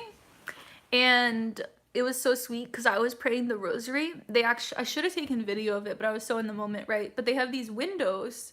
They have a window for each rosary mystery, and then they have little icons of what each mystery is, so you can pray with it. And I was praying the rosary, like, kind of out loud, but, like, quiet, you know, because no one was in my area. But then there were people praying in Spanish really loud together, and it was, like, so cool, because, like, the piano was prepping for mass, and there were people going around to all the little statue areas, and people looking at the crucifix sitting down, and then the people were praying loud. It was just so cool. It was, like, so lively, and everyone was just doing spirituality, but, like, not as a church. They're just, like, there during the day, you know, just, like, hanging out together. So yeah, it made me really happy. Okay, why do babies get baptized? I was actually talking to my friend last night, and he was so intense, and he's like, that is why babies will not go to hell. Like, so strong. And I didn't know that was the official theology. I thought that for a while a lot of people thought that they were going to, like, limbo or something. But he was, like, so intense, like, this is why babies don't go to hell. And I was like, okay. And this is my friend who's, like, pretty conservative about things. So I was like, oh, okay. He's not like a Bishop Aaron where everyone's gonna be in heaven type person. But anyways, so you know how in the Old Testament, babies were circumcised, and that, like, brought them into, like, the Israelite people into the covenant. It's the same thing in Christianity, where when you're baptized, you come into the covenant. And so, yeah, it's limbo. I don't think he meant limbo, though. I don't know. I'll ask him. But so bringing into the new covenant, you baptize and you become part of the covenant. And so it's not. I made a whole video on this. So open a tab, type in Lizzie's Answers infant baptism, and I made a whole video about it. It's not just, like, baptism is not just about forgiving your sins. It's about forgiving future sins as well. And it's about becoming integrated into the body of Christ. So I think that coming from a Protestant perspective, a lot of people see it as baptism is to get to heaven. How do you get saved? Whereas Catholicism, it's this whole part of your life, your entire life is working out your salvation and getting to know God and bringing heaven to earth. So if you're coming at it from a Protestant perspective, a lot of times you're like, baptism to go to heaven. But we don't see it that way. We see baptism and then your entire life as a Christian, where you're, like, constantly becoming more and more like Christ and changing the world, you know? So that's why you can't understand it, because you're coming from that perspective. Do you think that's amazing how God touched you? Like, one of the layers. With baptism, we were given salvation, yet we use reconciliation. Where did your mom get that from? Wait, I think limbo is a part of hell. I don't understand limbo, and I don't care to. Lizzie, my mom says babies before they are baptized have to sleep with their parents, and if they don't, the devil will give them nightmares. I don't know. I don't think that's church teaching either way. I wish I could like this, but the lighting is so bad when I'm like this. I want good lighting, you know?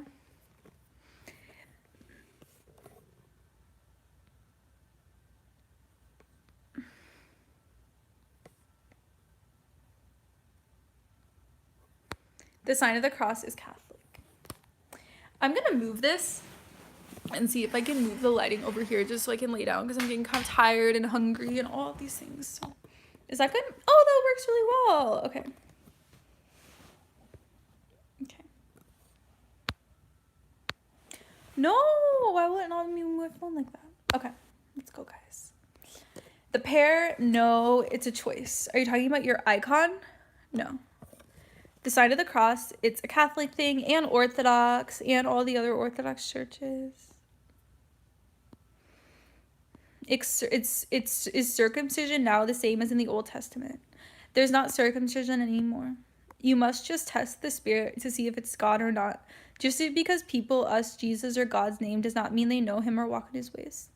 I love your channel. Thank you so much for your videos. I love you so much, Rebecca. Thank you for being here. Hi, Tyler. What happens if a baby is miscarried? Since we obviously can't baptize during a pregnancy, is their church teaching on this? Absolutely. Sorry guys, I'm getting really tired. Really tired.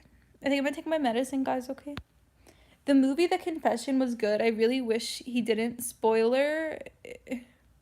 That didn't spoil it for me. That doesn't make sense. Hello. Hi, Chantel. How are you? What are you doing today? What country do you live in? I've never been so sure about anything in my life. The Spirit blesses me every day. Give me flying kiss, please. Oh my gosh, someone deleted it. YouTubers do that a lot. It's not that weird. Like, a lot of YouTubers, like, their extra. A lot of YouTubers, like, that's their extra, you know?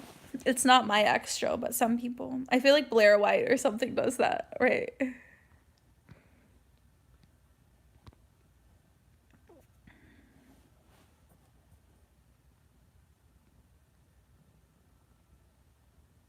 God said never to cease praying. Yeah. The Confession? Is The Confession? Let me see. Oh, I can't go to the link. I've seen it. I've seen The Confession, the short film, and it's an Asian priest, and then he confesses about someone who he knew. Yeah. What is imposter syndrome? So I think it's with different things, but I know with bipolar. Okay, so there are different things I've heard imposter syndrome. One of them is when you get into a college, you feel like you're not smart enough to get into the college, and you kind of just got in for a fluke, but you shouldn't actually be there, and you're not good enough to be at the college. So the first Sunday we were at my church in college, the Protestant pastor told us that it was imposter syndrome, and actually a lot of people I talked to, like a lot of my friends and stuff, said they experienced it, and I kind of did too, where you feel like you're not actually supposed to be there. So that's one, that was kind of vulnerable. Like, I felt like I wasn't enough to be at my college, but yeah, everyone experienced it. It was crazy. Like, people who were really top of the class. And then, what else was I gonna say? Oh, with bipolar disorder, I constantly, for like a year, I was like, I'm not really bipolar, I'm making it up, like for a year, even though I'd been diagnosed and stuff. So now that went away, and I'm like, oh, like, I'm definitely bipolar. Like, oh, stop! Sorry. My phone is like, the orientation is locked. Hi, Fernandez, welcome. Lizzie, do you believe that passed away loves watch over and greet us when we get to heaven? I do. There's this, at my church, there's this, guy named Charlie who's like 85, and his wife died a few years ago. And he's like, my wife still watches over me, and like, she prays for me. It's really sweet. Put Jesus first, but what about the saints? No one's talking about them. Winking for me, please. Put user in timeout. Greetings from Indonesia. Hi. One of my best friends, her roommate, is from Indonesia, and we're going to be in a wedding together. It'll be so fun. Do the Catholic Church teach on homosexuality being an abomination? So something really important that a lot of people don't realize is that shrimp is also an abomination. So the word abomination carries a lot of weight, but in the Old Testament, when things are clean and unclean, it actually doesn't really have to do with morality. It's not saying something is moral or immoral, the difference between that. And so if something is an abomination, it can be that it's objectively wrong, but not necessarily. And so I think when people say it's an abomination, they think it's like this really, really harsh, evil, like, abomination. But in reality, a lot of things are abominations, like mixing cotton and polyester together to make a shirt. I don't know if they had that at the time, but having a shirt with two different fabrics, that's an abomination. Eating shrimp is an abomination. It's just they wanted to create like in and out rules to make being Jewish a very specific thing, special thing with God. So they had like inside and outside type rules. Does that make sense?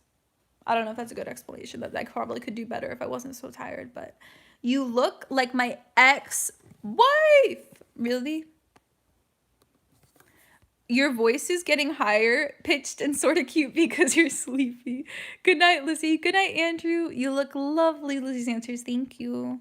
I love that Catholic means universal. Me too. There's a spider behind you on the bed. You're just trying to scare me. There isn't.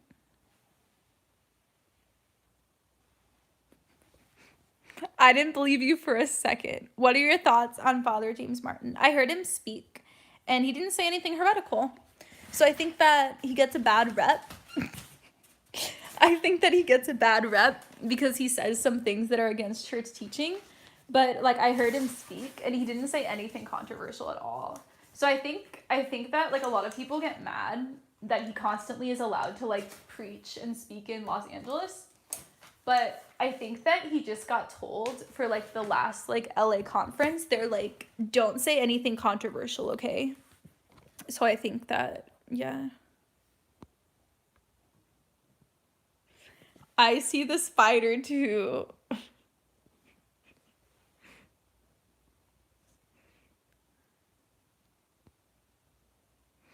It doesn't make sense. You didn't answer the question. All I'm asking if you believe God designed people to be gay.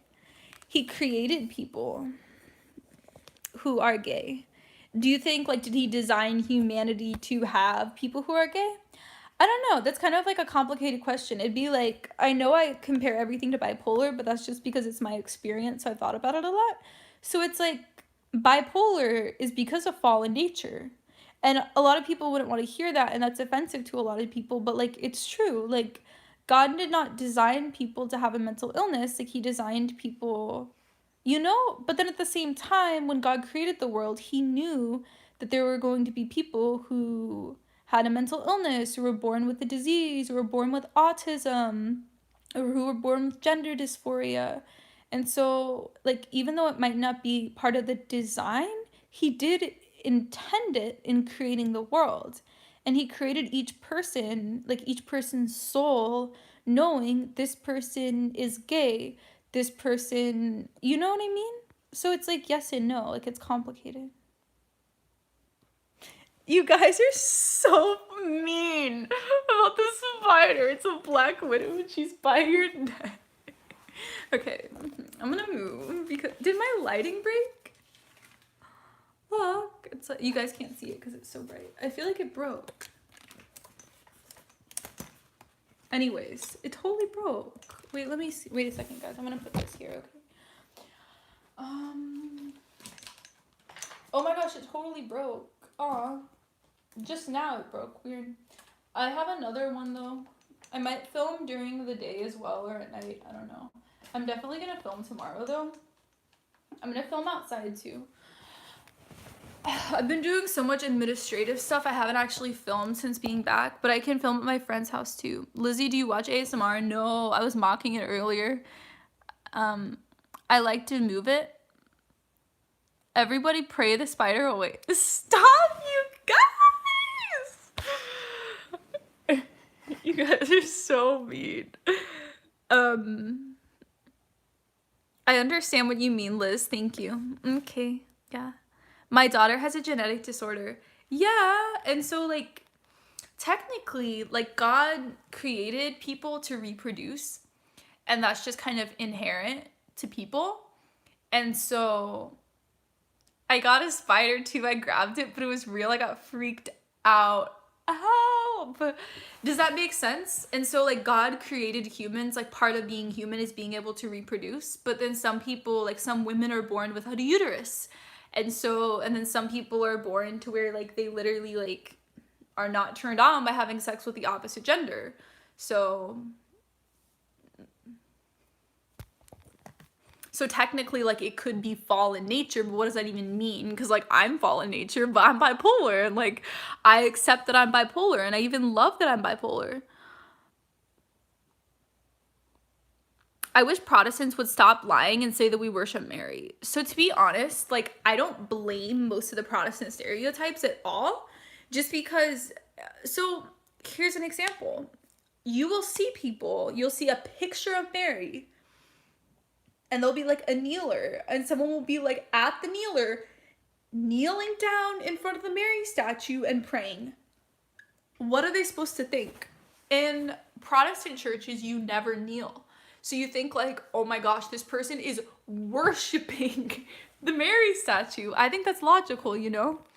People are not trying to be awful. I would love to stay, but I'm really tired. I love you so much, Lizzie. Get back soon. I love you, Fatima. I'll live stream soon. I think it's okay to use certain ASMR to relieve stress. Oh, absolutely. I don't think it's wrong. I just think like it's weird. Yeah. Yes, disabled. You should do an ASMR eating Oreos. They're vegan, so I could. I don't see any spider. Fatima, they're just trolling me to try to get me to be scared. That's it. Disabled people are not less, they're more. God bless Lizzie's adventures. God bless Lizzie's live streams. God bless a free and open internet. Oh, yeah, it's so crazy. There have been a lot of things going around how YouTube is really censoring people, and it makes me really sad because even if I disagree with people, I always want everyone to be like allowed on the YouTube networks.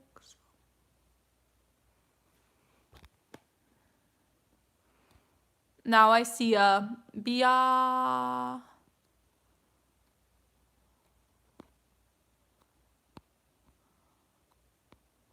There is a lady that does a rosary. Stop. A rosary ASMR. I listen to it before I go to bed if I can't sleep.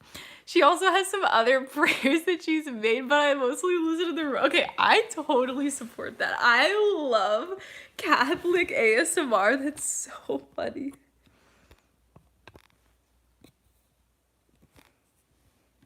Still can't believe my dad beats me. Does anyone know anything about the Apocrypha books? So there are 2 different Apocryphas, and this really confused me. So there's the Old Testament Apocrypha and the New Testament Apocrypha.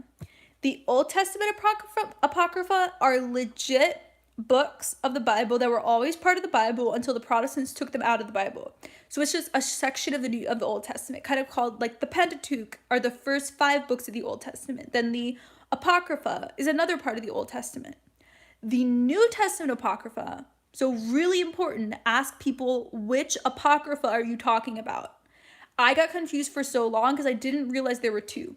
So the New Testament Apocrypha are fake gospels. Okay, the New Testament Apocrypha is fake. The New Testament Apocrypha is fake gospels. Fake. How do I zoom in on my head? Fake gospels. Whereas the Old Testament Apocrypha, they're just books that were always part of the Bible, but that Protestants are like, they're not part of the Bible because they're not part of the Jewish Bible. But the Old Testament Apocrypha, even Protestants will say these are real books. They're not like made up books. They're not fairy tales. They're not fake books. They're not lies. Like, they're historical books written by people at the time. So no one, not even Protestants, are contesting that it's like some fake made up thing. But yeah, so that was something I did not realize for years, that there's a difference between them. So New Testament Apocrypha, fake gospels, and they're called pseudepigrapha is another name for some of them, because it was like fun at the time to write fake gospels. Did Thomas actually go to India? Maybe. It was like trendy at the time to write gospels as if it was someone else. So it would be like if I was living in like the year 212 and I was like, I want to write a gospel. I'm going to say the gospel according to Andrew, because Andrew was one of the apostles. So you pick someone, an apostle or someone in the early church, and you're like the epistle of Barnabas, the gospel of Thomas. Like, you pick someone's name and write it as if you were them. And that was something really trendy at the time. And this actually is a really big reason that I'm into Catholicism, because there are different gospels around the same time. And so how do you know which ones are real and which ones are fake? So even from a Protestant perspective, it's pretty obvious, because there's a huge time gap between the fake gospels, also called Gnostic gospels. They're kind of the same thing. So there are the actual gospels written early in the 1st century, like mid 1st century, you know, like the year 50, 40. The Gospel of John was written later, around the year 90, maybe 100. But then these Gnostic gospels are coming in like 140, 170. So there's like a big time gap between them. So it's pretty obvious which ones are real and fake. But it's also really important to have Catholic tradition. So Christians at the time in the 2nd century being like, this one was actually written by Paul. This was not written by Barnabas. This was written by John. This was not written by Mark. You know what I mean? Like, there were people at the time, Christians, who were writing down which ones were real and which ones were fake. And so I think that's really, really important. And even Protestants, like Irenaeus is my patron saint, and I need him to be Catholic. And he is one of the first people to say that the 4 Gospels, Matthew, Mark, Luke, John, are authentic and written by the actual apostles and accepted by all of the churches. And he's writing in the 2nd century. And so, does that make sense? So it's actually really, really important to use Catholic tradition. Like, even Protestants will be like, Irenaeus is the one who attests the earliest to these Gospels being real. So yeah, that's a really, really good question about the Apocrypha. So yeah, it's so easy to attack Catholicism if you know a little bit about all of this, because you're like, you hear about the Apocrypha, like the fake Gospels, like so messed up. And then you're like, the Apocrypha is in the Catholic Bible? So then you start to think that any extra books in the Catholic Bible are made up things when they're really not. So I've been doing an hour and a half so far. I don't understand how your brain functions this late. I woke up so late today at like 3 p.m. because I slept for 5 hours on, what's today? Thursday? I slept on 5 hours from Tuesday to Wednesday. And then Wednesday night, I stayed up until like 3 a.m. talking to people. So that's why I'm up so late. But also, I can stay up pretty late when I'm bipolar. Lately, I take like medicine that helps my system calm down and helps me to sleep. It's called Seroquel. But if I didn't take my medicine, I could stay awake for like 3 days. But then when I sleep for like 10 hours. It's so weird. So if I go to sleep, it'll be hard to wake up. But if I stay awake, I can stay awake for a long time. It's just like the type of mania I'm in. Pretty. Thank you, Ren. When I was a baby,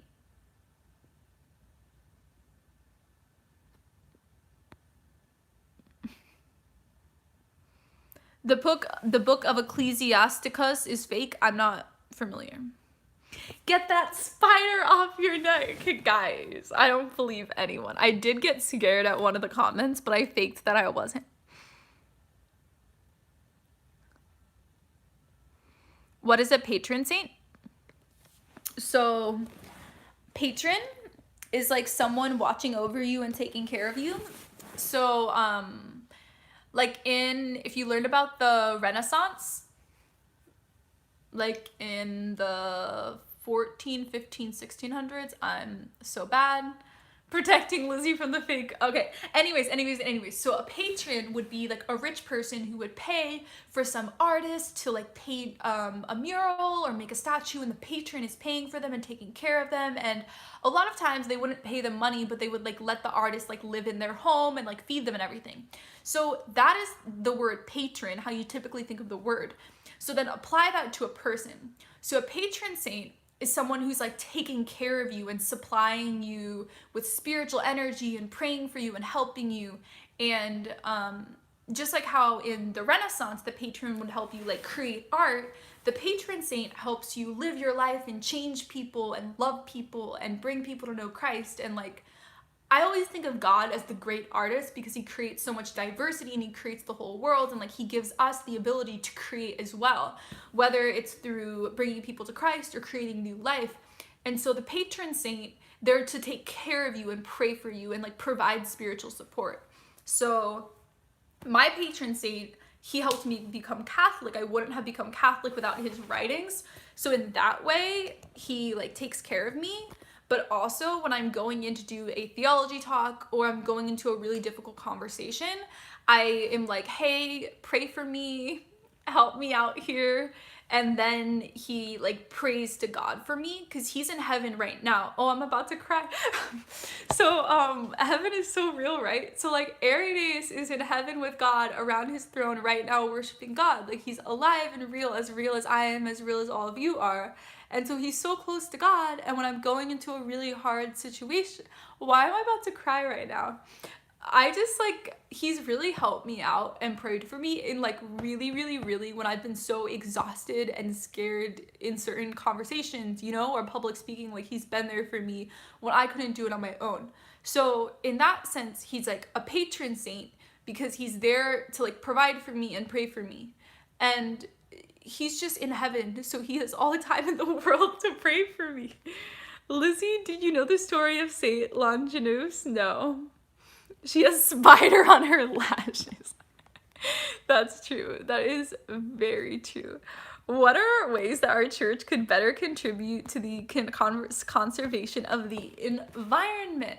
So I think creating a culture of recycling and veganism. And I don't mean that you have to be vegan, but one of the top contributor to greenhouse gases, more than all of the transportation, so more than all of the cars and buses and airplanes, higher than that is the meat and dairy industry.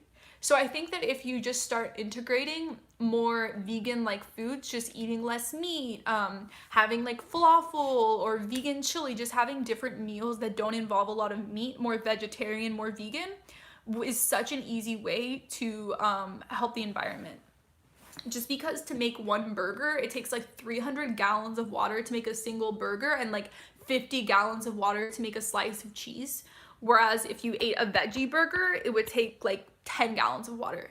So that's a really easy way to change how you're eating. And then recycling as well. I like at your church, make sure that like in the church kitchen, you have recycling and stuff. And I think that it's such an easy way to give back. But recycling puts you in a mindset where it's like in our kitchen, in our living space, we are helping the environment by cleaning something and putting it in a different bin. And so personally, that really changes my perspective on things.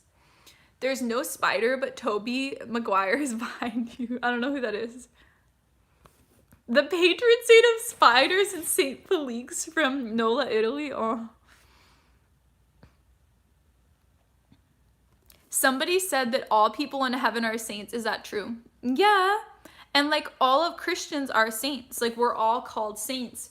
But it's kind of like we're working towards that. Like be perfect as my Father is perfect, Jesus tells us. So it's like as Catholics, like we're all saints. It's the priesthood of all believers. But the reason that we, in our language, we call saints the people in heaven is because it's this like motivation where we need to be on their level and be super intense in our faith so that we can get to heaven. And it's like we believe so strongly that we'll be in heaven with God, but we don't know the future if we will stay in the faith and not deny God later in our life. And so it's this idea that we want to be like them. And so even though all of us are saints, technically if you read scripture, Catholic theology, we're all saints, it's this idea that like they made it to heaven. So that's why it's like that. Be a saint, what else is there? Yeah. So basic, like be a saint, what else is there is I think like Relevant Radio, it's their slogan. And like Be a Saint Ministries is another company I support, striving to be saints. Saint Francis of Assisi, patron saint of ecology. Yeah, so you could reusable straws, buy reusable bags. Okay, this is really good. Reusable bags for groceries, shorter showers, energy saving lights, buy products with less packaging. Yeah. Water is really, really important. And by being vegan, like I'm saving like millions of gallons of water in like a year, you know what I mean?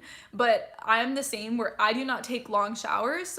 And I actually think it was really good to live in California during like the 6-year drought because I was constantly wanting to help out California. So when I was brushing my teeth, you like put water on for a second and then off. And then you like brush your teeth and then turn on to like spit out and then off. So brushing your teeth, and then I take like 5-minute showers. And if I'm shaving my legs, I turn off the shower. So I really like that I lived in a drought because it forced me to really care. But yeah, reusable bags as well. I'm so glad I'm a child of God and proof of my parents' love for each other. It's so beautiful how children are formed. You would need to be holy to enter into heaven. Guys, I think I'm gonna go and take my medicine and sleep, okay? This has been, we're only an hour and a half. Usually I do 2.5 hours, right? Yeah, so I think, this is a cool angle. It's so cozy. Patrick Coffin told me about this tripod and it's like amazing for live streams. Your parents don't have to love each other to be a child of God. Oh, no, he's saying both. He's saying that he is a child of God and also in being born from his parents' relationship that he's loved. Night, Lizzie. Have the best visit with your family. Thank you. It's been so amazing. God bless you. Don't forget Spider Pig can be swing. What? Good night, Lizzie. You're my favorite YouTuber. Oh, I love you, Tyler. Bye, Lizzie. Spider-Man does whatever a spider can, like, crawl on your nose. Good night. Good night, Viva. I can't eat many foods, so being a vegan is not, for me. Yeah, it's not for everyone, but I'm so glad that other people are so considerate towards animals and the environment. Yeah. And I feel like me being vegan, it helps, like, everyone else. You know what I mean? Like, I'm saving millions of gallons of water for everyone else. Like, I'm doing everyone else's job. Go to the grocery store to promote this. Okay. Lizzie, what are your thoughts on the new YouTube hate speech policy? Yeah, I talked about that briefly. I've, like, looked into it a little bit. It seems like they're very censoring content, and I don't like that. I love those shirts she promoted that one time, the Be a Saint. Yeah, I love them. Beast for Christ. Beast for Christ. I need to send this to Luke.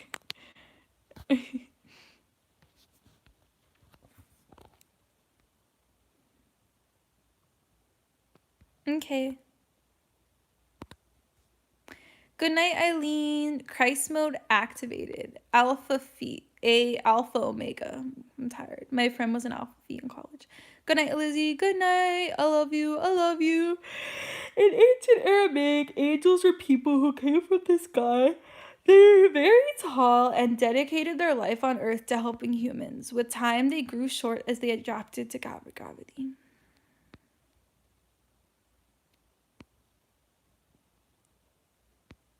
That's kind of sweet, the story about the angels. Watch out, he's a spider pig. Jesus Christ loves you, Lizzie. I love him so much too. Jesus Christ loves you, Lizzie. God bless. I hope you can sleep peacefully. Good night, Ezra.